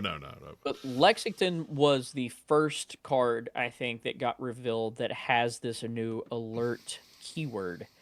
And alert says that this character can challenge as if they had evasive. Yeah. So let's think about these sapphire cards and steel cards, like the genie, right? We have that genie dragon Yeah. that gains evasive on your turn. Right. So it's not necessarily that he is evasive. On your turn, he gains evasive. Right. Well, the alert keyword does not ever give one of your characters evasive. So instead of them gaining evasive, they're allowed to challenge evasive characters Right. because they can challenge as if they had evasive. This is something that I think that they are trying to do. There's still some still cards that are evasive. There's not a whole lot in Sapphire. Right. But I think this keyword in particular, they're trying to like retcon in to give characters. I think there's like a Cricky too. I don't have him in here, but there's like a 2-cost Sapphire Cricky that has the exact same stat line as like a Corella DeVille. He has the new alert ability, whereas that Corella DeVille had the on your turn, this character gains evasive. Right. So it just seems for like certain ink callers or cards in particular that are low cost cards, they're trying to swap it out to where they would have alert rather than evasive itself. And this is also a big counter to a lot of the current meta decks that we're seeing within Amethyst Steel that is playing the Dumbo card. Because Dumbo allows you to spend 1 ink and exert evasive character to draw a card, gain 1 lore. If you have a bunch of steel cards like that Genie, 3-cost character as well, that gains evasive on your turn, Right. you can use Dumbo's ability on it. Yep. With a card like Alert, you would not be able to do that. That makes sense. Yep. I understand now because that's what I wasn't real sure what it meant. It was like, well, what's the difference in that and it gains evasive this turn? But I see now. I understand. Yep, he'll never have evasive, Right. But he can attack an evasive, so. but he can attack evasive. Right. Then the last new IP that we will talk about, and the way they brought this new IP in, it's a little bit crazy. So Lorcana and Ravensburger done this very, very unique thing where they created a Lorcana-themed ARG, and they had it to where you could play along and find these random letters from different content creator reveals of cards, different articles that were posted during some of the lore casts and stuff. And this is such a great idea and fascinating and unique way to bring a community together. Who would have Yeah. ever thought or dreamt of something like This this? all sounds familiar. Who is I in don't our know why. Who is in our Discord that is stealing our ideas, Dylan? So, if you're new here, which some people here aren't, you've been with us for a long time and we Yep. appreciate you. But if you are new here, just a couple months ago at this point now, we actually put on what I like to believe the first Lorcana ARG within our Discord server with our community there. And it wasn't just a one anagram and done type thing. No. This was a wonderful ARG where we had the curator, who we'll talk about a little bit more later on, came in and had all kinds of puzzles for our community to turn around and solve. And at the end, we actually had a prize that we gave away from whoever was the first to complete the entire puzzle or ARG itself. Yeah. Because you had people working together, but at the same time, it was a race. So it was great. Yeah. This was cool. I'm not gonna lie, man. Like, it bothered me just a little bit. I'm like, are you serious? Like, we already talked about it. There's so many things that we turn around and we like, we can look at cards and we can predict where the story's going, and we can say, well, this is where I think it's going to go. This is where I think the villain's going to be. The different champions, I think, are going to be the Sensational Six, just because Goofy's one of them. Yeah. Even going little things. Flash. Flash is eventually going to be a card, right? Let me go ahead and predict it now. Just little things. I mean, heck, Rebecca Quest was there for that one whenever we showed off Flash for the first time, and we just got it revealed coming in Whispers. Yep. Super exciting. But who would have ever guessed that we would put on an ARG, and then literally like a month and a half to 2 months later, Ravensburger would be like, hey, let's put on a Lorcana ARG. I just... acknowledge me, man. Yeah. Involve me in this. Put me in it just a little bit. Like, we did it first. What do you want to do next so they can do it? That's what are we gonna do next? And, we don't know that they knew, but our people know. The people who have been here at the table, they know what's up. They know what the first Lorcana ARG was. They know will who tell did it. the they people. Know what it's about. They are our witness. Please. Let the world know. Yeah. But in the end, ultimately, the entire anagram was like 20-some letters long, and it eventually boiled down to not three words, but three names. First, Ichabod Crane. The second, Katrina. And then the last, Headless. Any idea what any of that meant? I have no idea. I am so confused. Here, let me transition to the next screen so you could see what... So all of this hype was to advertise that the Headless Horseman and Sleepy Hollow will be coming to Disney Lorcana. And this is one that was not previously announced, so this was their way of announcing it. Will say it kind of sucked to somebody who was following along, because it did leak before like the entire thing was finished that we were going to be getting a special promo card, which I don't think we have the promo cards in here, but there is a participation promo that you will get for participating in a pre-release event at your local game store. That is a Amber Action card that is from the Sleepy Hollow franchise. Yeah. But what we're looking at right now is one of those cards, not just any card, but a enchanted card. Yeah. And I think this is the first time that in this podcast we're showing off enchanteds. Yeah, I don't think we've shown them any other time. So, but this is a sick card. Yeah, it's like I was telling you before the show. I want some of these enchanteds look like they're so much black and gold that I feel like the digital images are not going to do it justice till you get one in your hand and look at it. I think they're going to look so awesome with the foiling, because this Headless Horseman, I don't chase enchanted cards. I get what I get and I'm happy with it. I want that one though. That one's really, really cool. It's really cool. And something that we're going to continue to see are these these bubbles or these bubble type dots, these gold dots that are just like lining throughout all of the enchanteds. I think those are going to pop. When we see these cards in person, all of the gold foiling over top of their names, these little bubbles, these intricate designs that we see of gold are just going to flash. And then as dark as these cards are in lighting, there are just certain things within them.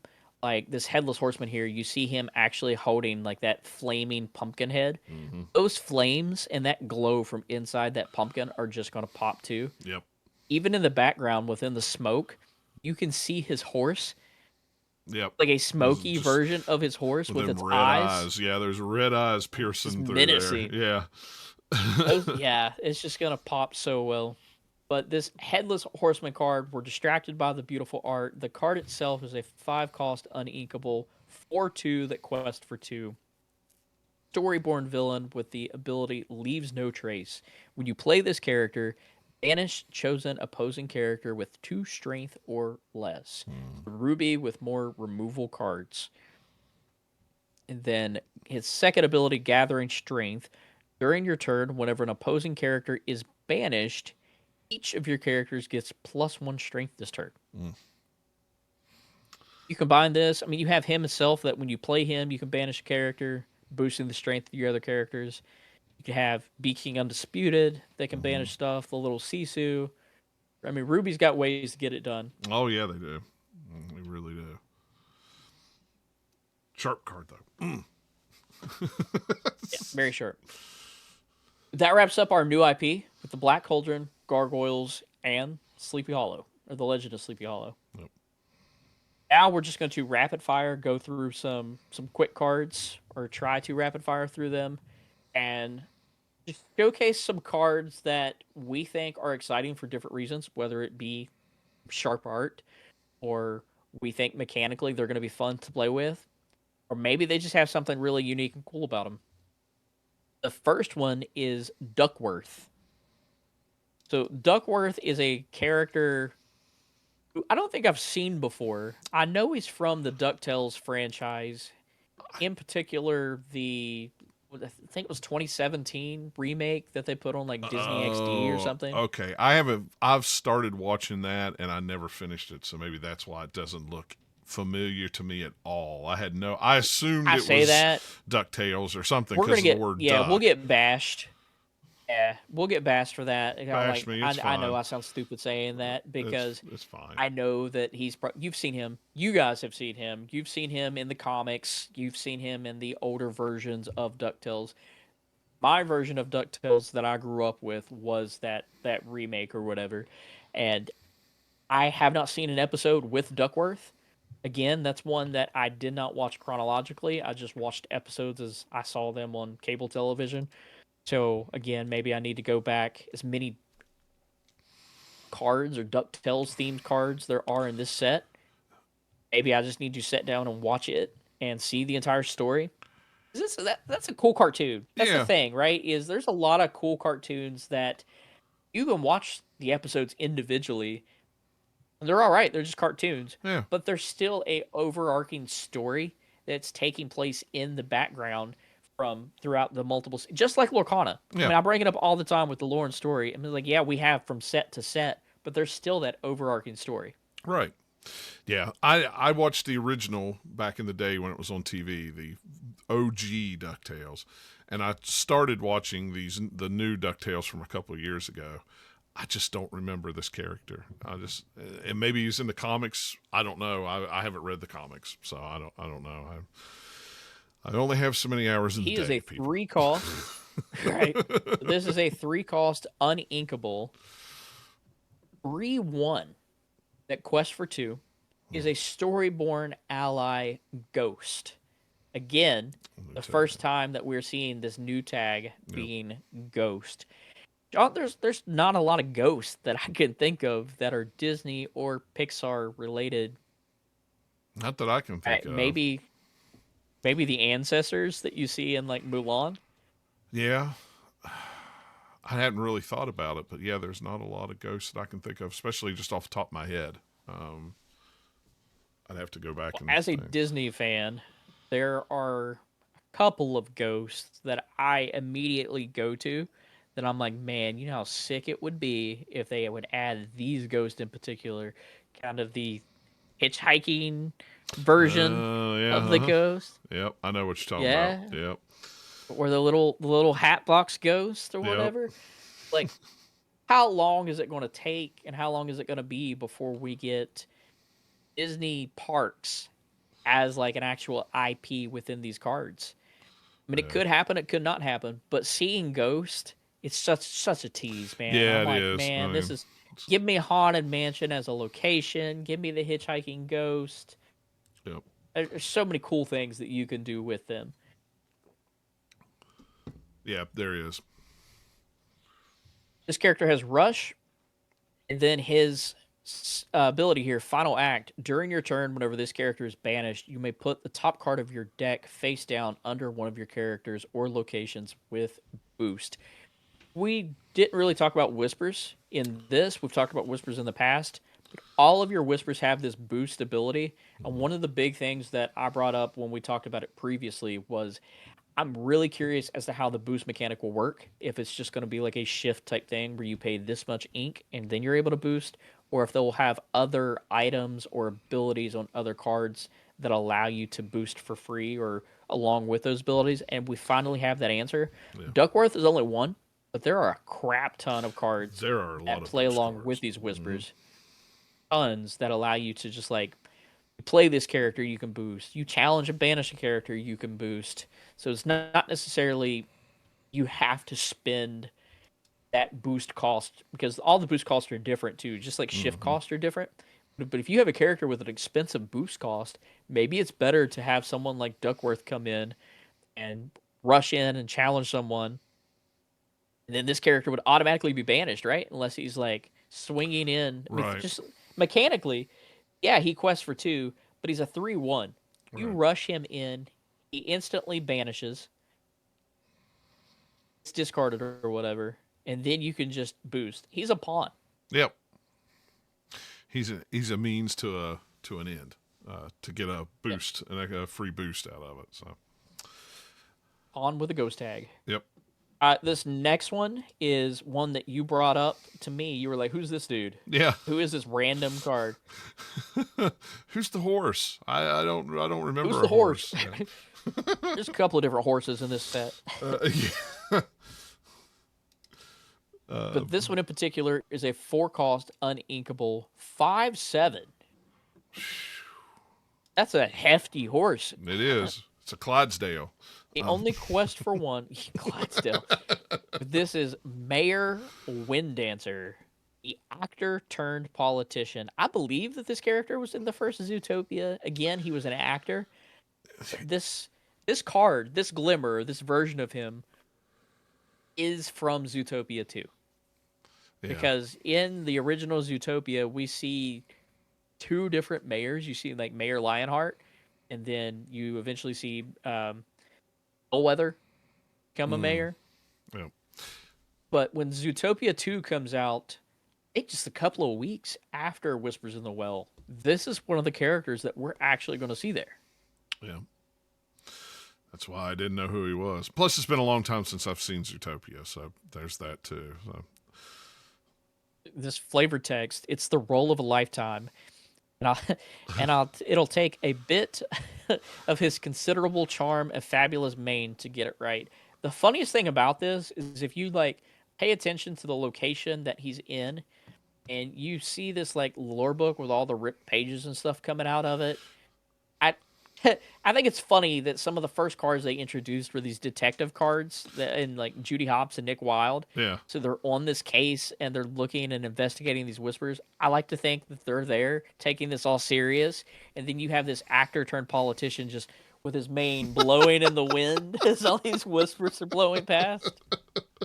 Oblivious to...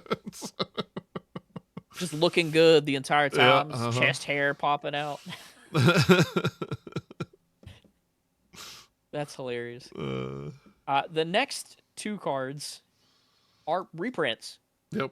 Reprints that we had so many reprints in Fabled. People were concerned. They were like, how many reprints will we get in Whispers and other sets going forward? We can gladly tell you that we are only getting two reprints this set. First of which is a returning Dragonfire. So another way to banish a character. Yep. Kind of like Headless Horseman once. We're all familiar with this card for the most part, unless you're brand new to Lorcana or haven't new been here art for a while. But this is a new art. That's the thing, right? Yep. This is still the 5-cost uninkable action that banishes a character. But unlike Fable, that did not give us alternate art for our reprinted cards, Whispers does. And this is beautiful art. And I'm kind of disappointed that we just got the Maleficent Dragon as the set championship playmat and stuff. Because this art would have been such a cool playmat. Yeah, it would have. Would I have gotten it? No. But it still would have been cool. But it would have been cool either way. I don't think we have a Maleficent in the set. This may be the first set that we did not get a Maleficent Glimmer. Huh. But you got Maleficent Dragon returning as a reprint in Fabled. Yep. And now we still see her in her dragon form in this art in Dragonfire. Right. But no other Maleficents. No. And this one seemed like one that they would have to reprint to go along with that Maleficent Dragon. It just seemed, to me, it's like you have to have that one. It reminds me of Phantasmic so much. I wouldn't know because, when I went to try to see Phantasmic, it broke down right at the beginning, so I wouldn't know. Just watch it online. I hate to tell you that. I mean, I want you to watch it in person, but just go watch Phantasmic online. I'm going to give it one more chance in January. We're going to try her one more time, and then I'll watch it online if it happens again. Then that second reprint, this was kind of a big deal, is the Mickey Mouse Detective, who we've known is coming back to this set for quite a while. He's part of the key art that we saw for Whispers. We had no clue it'd be a reprint. Sometimes we thought it was a Floodborn. At one point, I was like, maybe that's the Sapphire Champion. But now we know that it is a reprinted version with alternate art. He's still that lovable 3-cost, uninkable 1/3 that when you play him, you can put the top card of your deck into your Inkwell face down and exerted. Yep. And there's a lot of hoopla going on around this card right now, John. I don't know if you've heard anything about it, but there's a lot of people saying, hey, this Ruby Sapphire is looking pretty good. Because if you remember in Fabled, we got a legendary that you had struggled to get. Oh, yeah. Yeah, that's right. Yeah, Mickey Mouse. That Mickey Mouse, Ruby Mickey Mouse. Yeah, I didn't think about that. Yeah. The brave little print. So we didn't really have a shift target before. No, now you do. Yep. So this is a tiny little shift target that you can play that brave little prince on top of. Yep. And I think that shift target is like shift 5. Yep. But you play Mickey turn 3, you now get to ramp because you get to put the top card of your deck into your discard. Right. So now you're already setting at 5 ink. So then on turn 4, you get that turn 4 shift onto the Brave Little Prince. And Brave Little Prince, if he has a card underneath him for any reason, he automatically gets the stat line of Brave Little Tailor. I mean, dude's evasive. Yep. He quests for like 3 or 4 or whatever, 8/8. Whatever that same stat line is of Brave Little Tailor, Brave Little Prince now has it. And get it out on turn 4. Turn 4. That's why scary to think about. Well, that's why the prices of that card went up. I'm glad I bought the 4 that I needed right before it did, because it was. Well, that's why. Yep, makes sense. A lot of people are thinking about playing this. Right. Quickly, let's see. He hurled his Thunderbolt. This is a card that I think you like a little bit. Yeah, we're getting close to that. Along Came Zeus again. Instead of doing 5, you're doing 4, and you get Challenger 2. So I'll take it. I mean, still a song. Yeah, and I know we were talking about a lot of still removal songs being removed from the game through set rotation. So we're getting one back. Characters can sing this one now. Yep. I'm happy. It's there was a lot of steel taken away, so we're slowly starting to get some of it back in some form or another as far as songs go. So, and as you can see, we got this card pulled up here, this is the epic version of this card. It's so pretty there cool. will be. I mean, it's this card's pretty epic in general, but this is the epic version of this card. And something else to point out, again, just because I'm me and I love the manipulation of these tags, is your deity characters gain Challenger +2. Yep. This is a tag that's been around for a while. We see it with a lot of characters, actually. All of your Zeus, Hera, the different Olympian gods. You also have Maui, all the different forms of Maui, including Shark, and Sisu. Sisu is a deity as well. Right. Yep, I forgot about that. Tons of deities, and now we are finally getting some manipulation to actually go on with that tag. And we don't have it listed here, but there's also another Hercules type item that I think is the Sword of Hercules. Yep. That when you play this character, you get to banish a deity character. Yep. So that means that that Maui half shark sitting out there, you could just banish that deity. Yep. That's pretty cool. If you're playing Infinity or they ever reprint that big Sisu, she's gone. Yeah. All these Sapphire players that are playing Hades, it's gone. Yep. By Hades. Yep. Pretty cool, pretty unique. Yep, definitely. This one I'll put in here for Preston. This next one. So it is Can't Hold It Back Anymore. This is a 4-cost uninkable song as well. Amethyst song that says that you can exert chosen opposing character. Amethyst loves to do.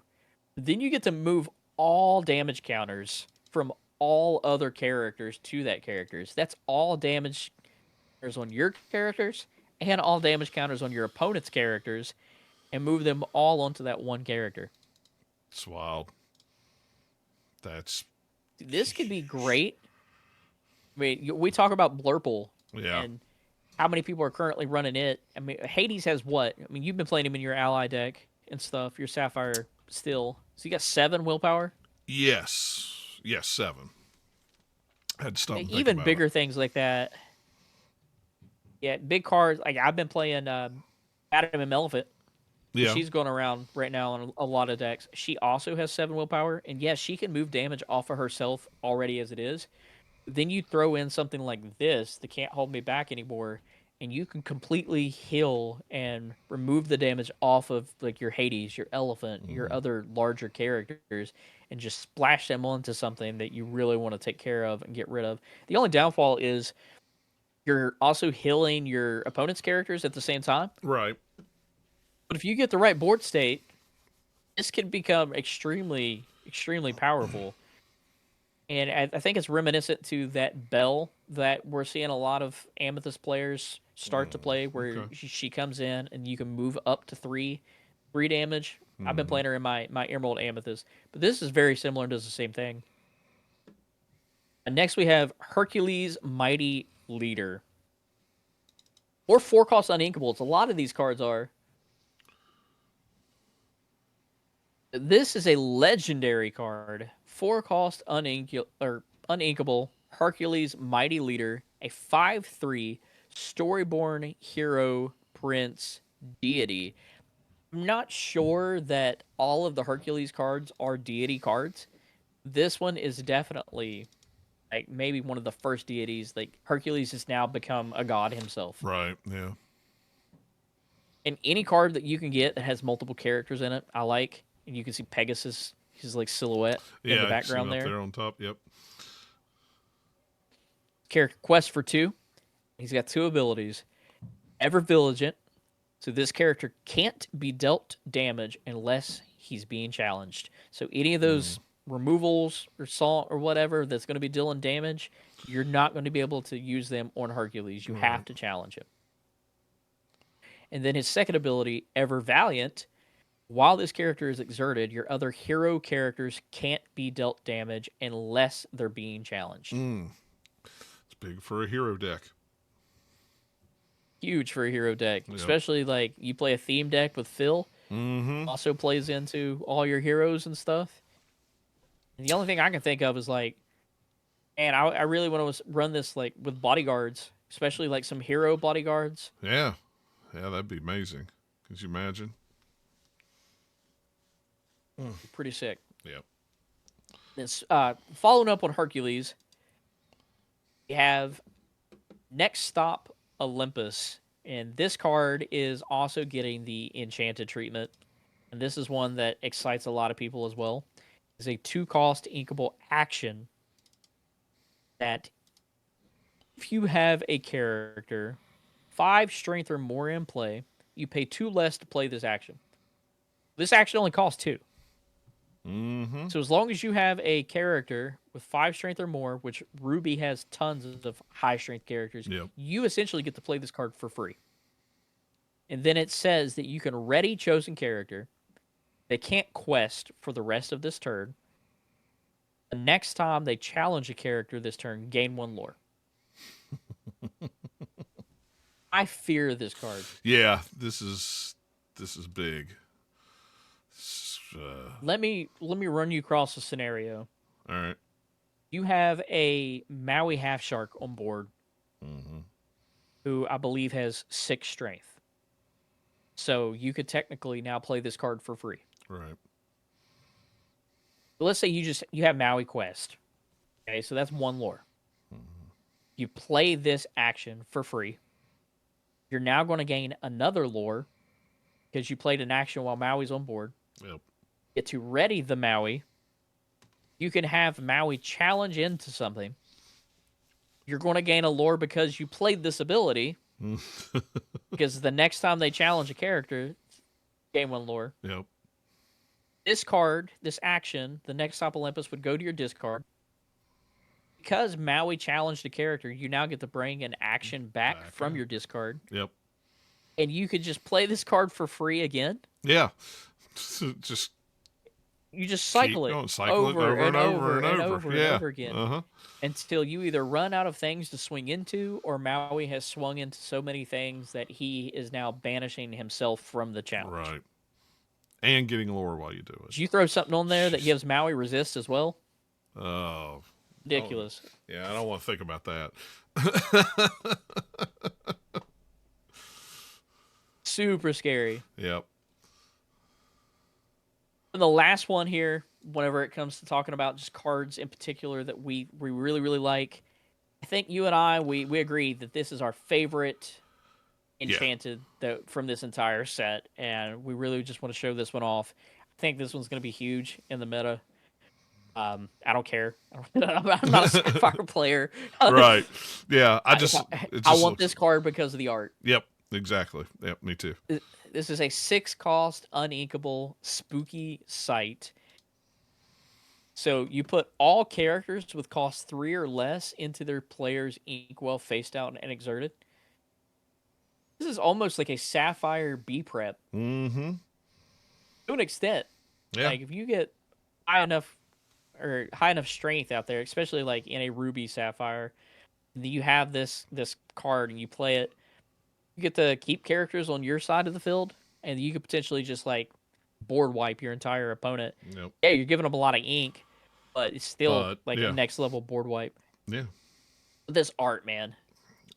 It's perfect. It's so good. That old school looking art is that's what gets me. As soon as I saw it, I went, "Yep." Almost looks painted. Yeah, it does. It does. I love it. I think it's great. I think it's the best one of the set. Yep, showcasing the OG3 there, Mickey, Goofy, and Donald, and then the fact that they are like cross promoting the different IPs together at the same time.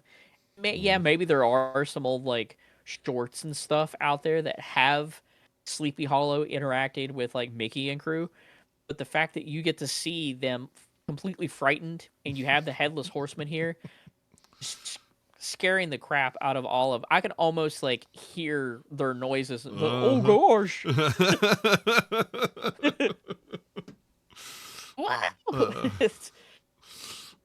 But yeah, I mean, fantastic cards all around, and that sparkly little dots things on the still there. Still there. So yeah, it's If I don't glowing pull it, effect I that hope you get somebody from the pulls it. lantern or from the pumpkin. Yeah.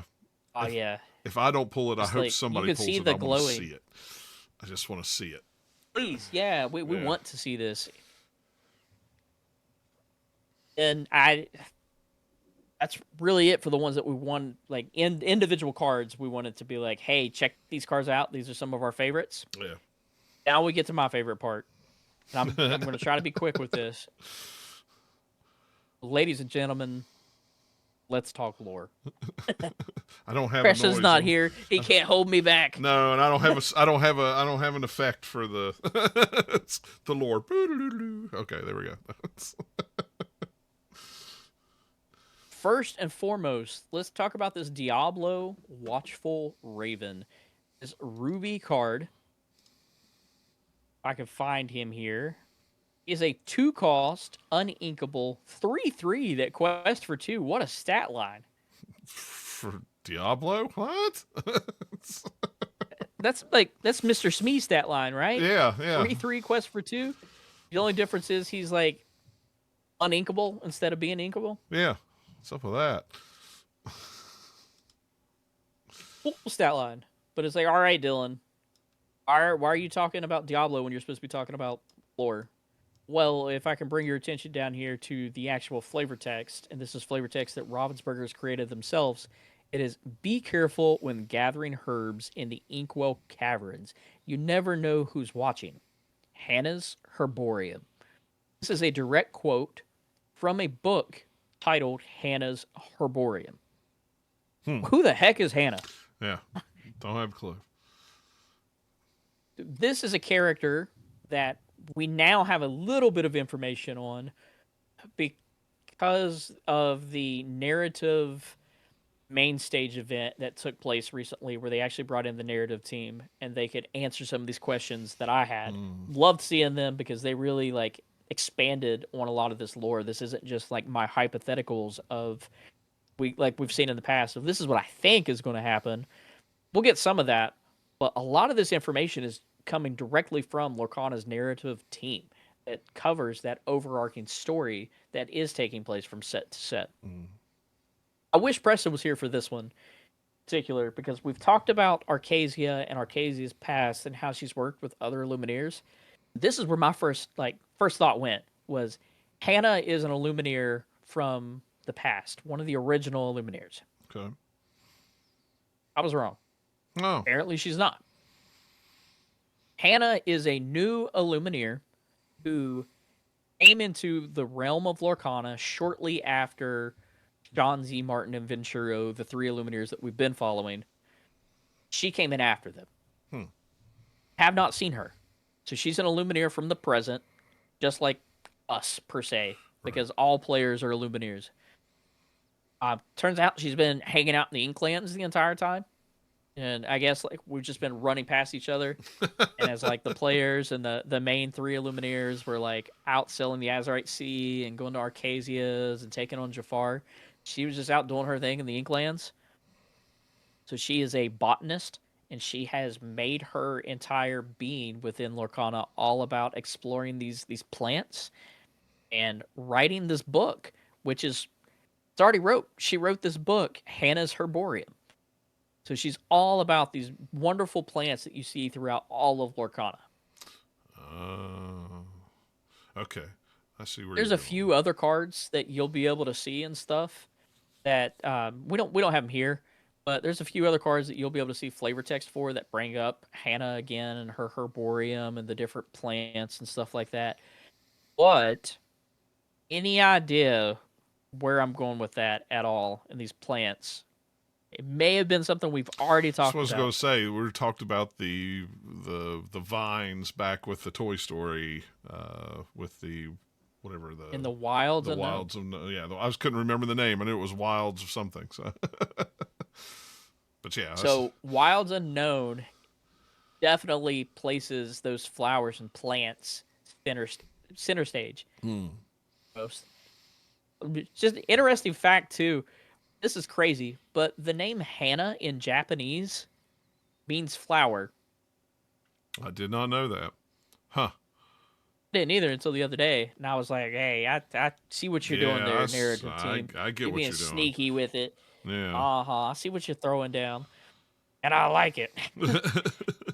But speaking of those vines and stuff that you brought up, this real quick, we'll talk about another card here. This is a Black Cauldron card.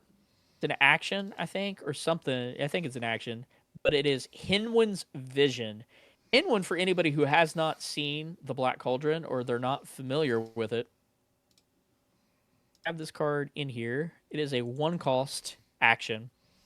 Hinwin is a magical pig that can see into the future and has like this great foresight and can just see things that other people can't, As magical pigs do. Okay. as magical pigs do. But Hinwin's Vision, it says you get to look at the top 4 cards of your deck, put one on top of the deck and the rest on the bottom in any order, as if she's having a vision of what cards are lying on top, and no matter what, one of those is coming true. In this art, I believe this is maybe Martin. No, I don't think so. This is Terran from the Black Cauldron looking down into the actual vision.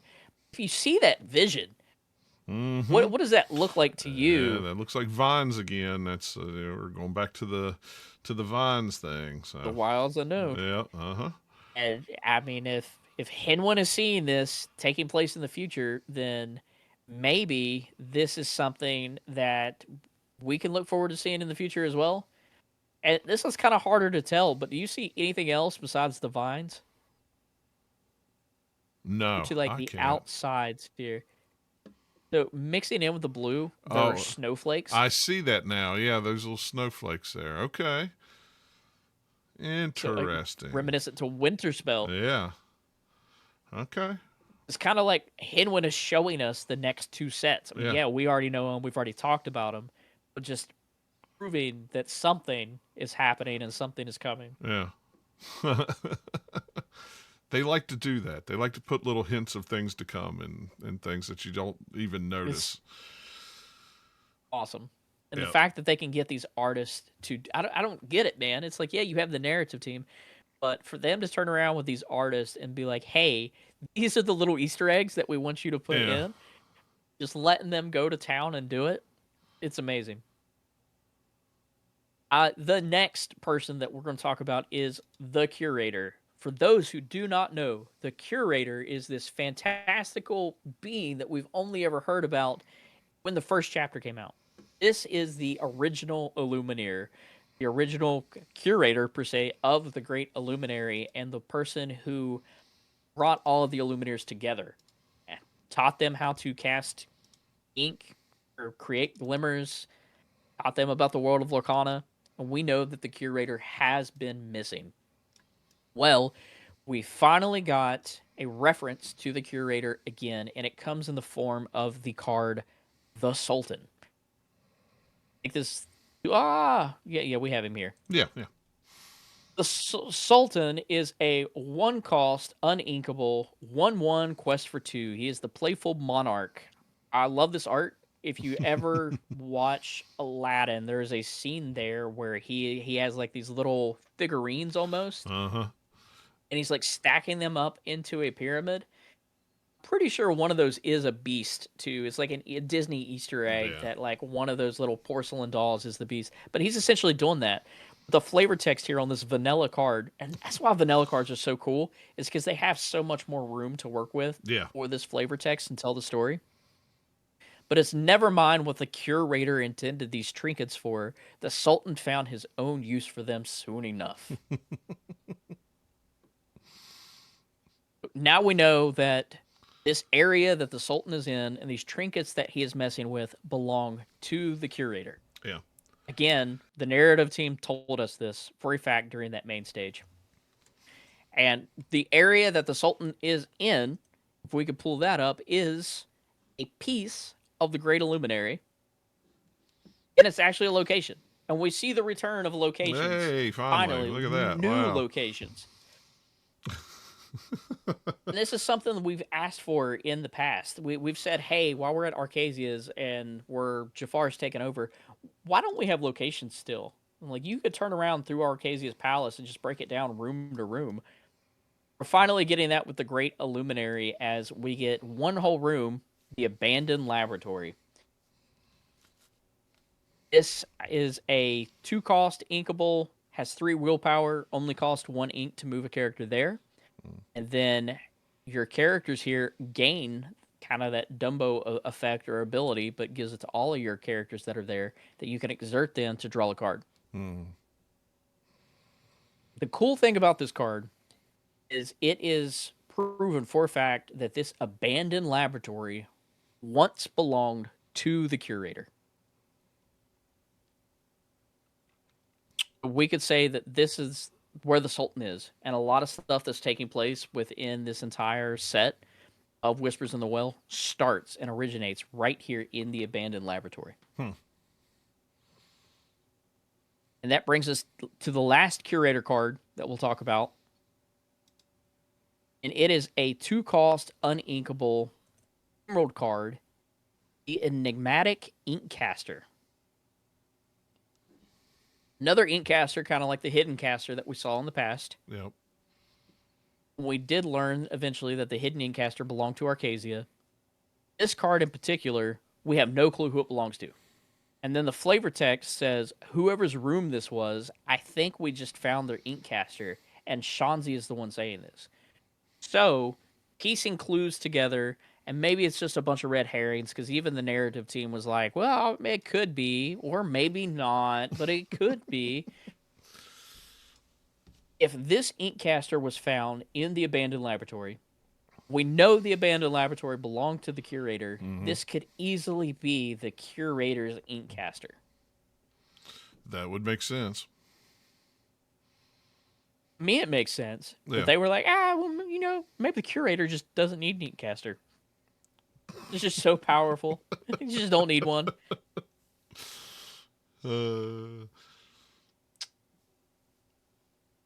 Then moving on from that, let's explore some of those hypothetical theories. Okay. Talk Winterspell. Winterspell is coming. Point blank, we know when. Kind of like Game of Thrones, right? Winter is coming. Winter's coming. Yep. Winterspell is coming. The first card that we'll look at is Elsa. This is a special Elsa with her subname, Exploring the Unknown. She's a 3-cost inkable card, 1/3, that when you play this character, you may draw a card. Flavor text is, this world still has secrets to uncover. And do you notice anything in particular that kind of like stands out or is centered, this card might center around besides the character itself? And the flower. The flower. So here we are again, back to the flowers. Back to the flowers again. We're back to the flowers. Back to And botany. What was back to botany? What was the name of that set? Winterspell?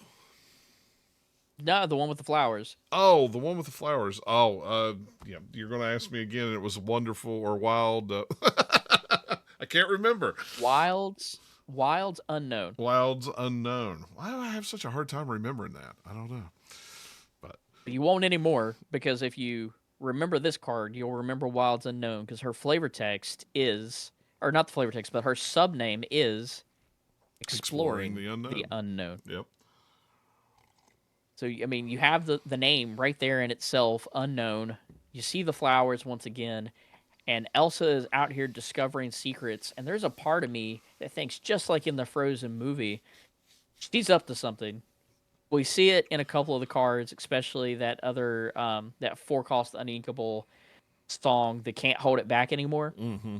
You see Elsa there as well, just doing things, and I think that she may end up being the one that causes Winterspell to occur. Even if it's by accident, Right. it could very well happen. And her sister, who plays a large part in that, in the movie, you can now see hinting at Winterspell as well, in the form of the 4-cost inkable Anna making snow plans. She's a 4/3 quest for 2 with support. The flavor text is, come on, there's tons to do. skating and snow forts and sledding and hot chocolate. I ain't gonna lie, John. I about read that as snow farts, not snow forts. I could see that. I could see that.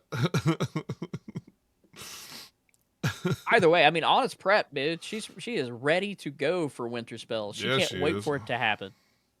So I think these Frozen characters, they're going to play a large part in that whenever the holiday season comes around, and Elsa is just accidentally going to cause another giant snowstorm to happen, and it's going to take over the entire realm of Lorcana, Yeah. as we see the Inklands and stuff just frozen over.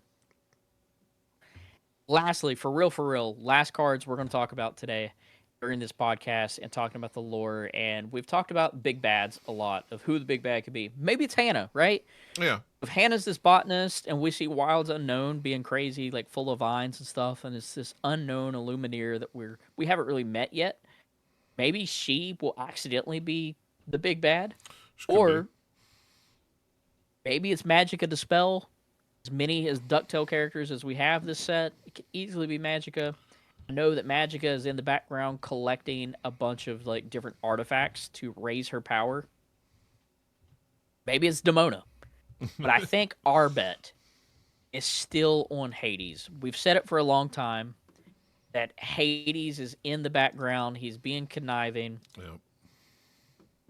And if we look at this legendary card, this 5-cost inkable Hades looking for a deal, 3/4 deity. His ability, what do you say? When you play this character, you may choose an opposing character. If you do, draw 2 cards unless that character's player puts that card on the bottom of their deck. It's an awesome ability. Yeah. That'd be like me saying, "Hey John, let's make a deal. You can either put that card on the bottom of your deck, or I can draw 2 cards. It's your choice." You gotta get the That's what it looks like he's doing in that card. Yeah, I like it. I like the card. I like the art. I like it all.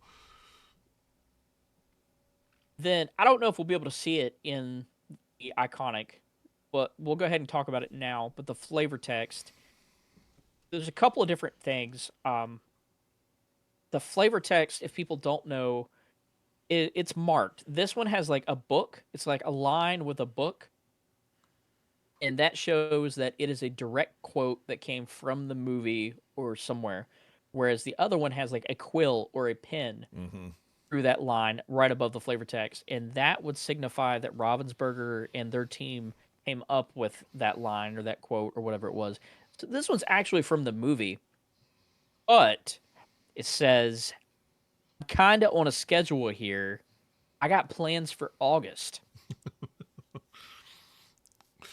Any chance they use this verbatim quote from the movie to hint or showcase that Hades could be the big bad in a set coming in August?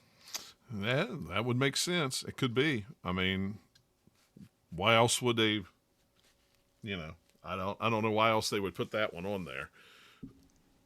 I mean, let's math this out real quick, because again, we've started this and we worked backwards. So now let's work our way forwards. Yep. We have Winterspell coming out in November. Yep. Or January. Whispers or February. coming out in November. Yep. Winterspell is February. Yep. Well, we got a 4-month cycle. Usually. Let's say February. March, April, so May. February, March, April, May. Yep. May would be Wilds Unknown. Yep. Okay. May, June, July, August. Yep. August. Yep. So that set that is unnamed that we know that Turning Red is going to be coming in could very well be the set that Hades finally reveals his master plan, because he's on a schedule and his plans won't come up until August. Yeah. I would say that's a good bet. I would take those odds. I just would. I think that's that timeline to me works well. It's also Gen Con time. The last of July, 1st of August is Gen Con. So, we might see a lot of reveals and stuff like we did at this year's Gen Con. So, I mean, Yeah. Very well possible.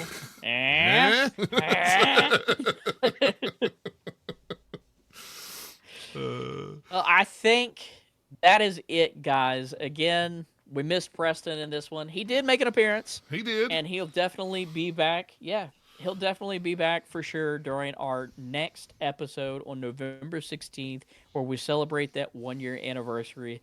But until then, we thank you for pulling up a seat and joining us here at the Ink Table. If you ever have any questions, comments, or you just want to email us, Ravensburger, you can email us at podcast@theinktable.com. Check out our website that is full of different articles and synopsises of these long podcast episodes, maybe just some articles, links to all of our socials and stuff at theinktable.com. We also have all of those on our Linktree. You can look up the Linktree, Inktable on Linktree. We are there. And hey, leave us a voicemail. I know this one's weird, but if you want to be featured on a podcast episode and you have a question or a comment there, and you don't want to email us and you want to be more interactive and you want your voice heard, you can leave a voicemail through a website using voiceline.app/theinktable. Really cool, really unique. Get involved and really be part of, I mean, you're already part of the community, but be a part of the podcast with us. Yeah, we'll play it on the show. We'll play it and you'll hear your voice on the show. So just like John heard his own voice earlier. Yeah, it'll be weird, but it'll be cool. And for even more Lorcana content, you can follow Preston on YouTube at Preston McNair, or you can follow me on YouTube at Storyborn Dylan. I should have some more videos now that we have tons of actual story and lore on there very soon. Come hang out with us and join our Discord, where our table talk, even though we only get together and do a podcast about once a month, it's the one place that table talk never ends, and we are in there every day, 24/7, to be able to talk and hang out with you guys. Yep. Please be sure that if you're listening, consider liking, subscribing, or leaving a review on your platform of choice, whether it's that podcatcher or you're over on YouTube or anywhere else. It definitely helps us get more visibility, more listeners, and helps bring more people to the table. Thank you. And as always, there'll always be a seat for you at the Ink Table. Bye, guys.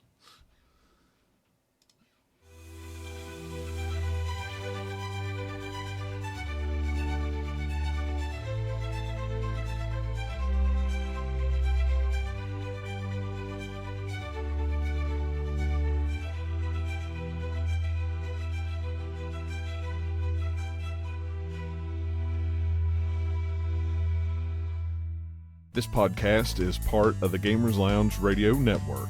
Get more gaming news and shows at www.the-gamers-lounge.com.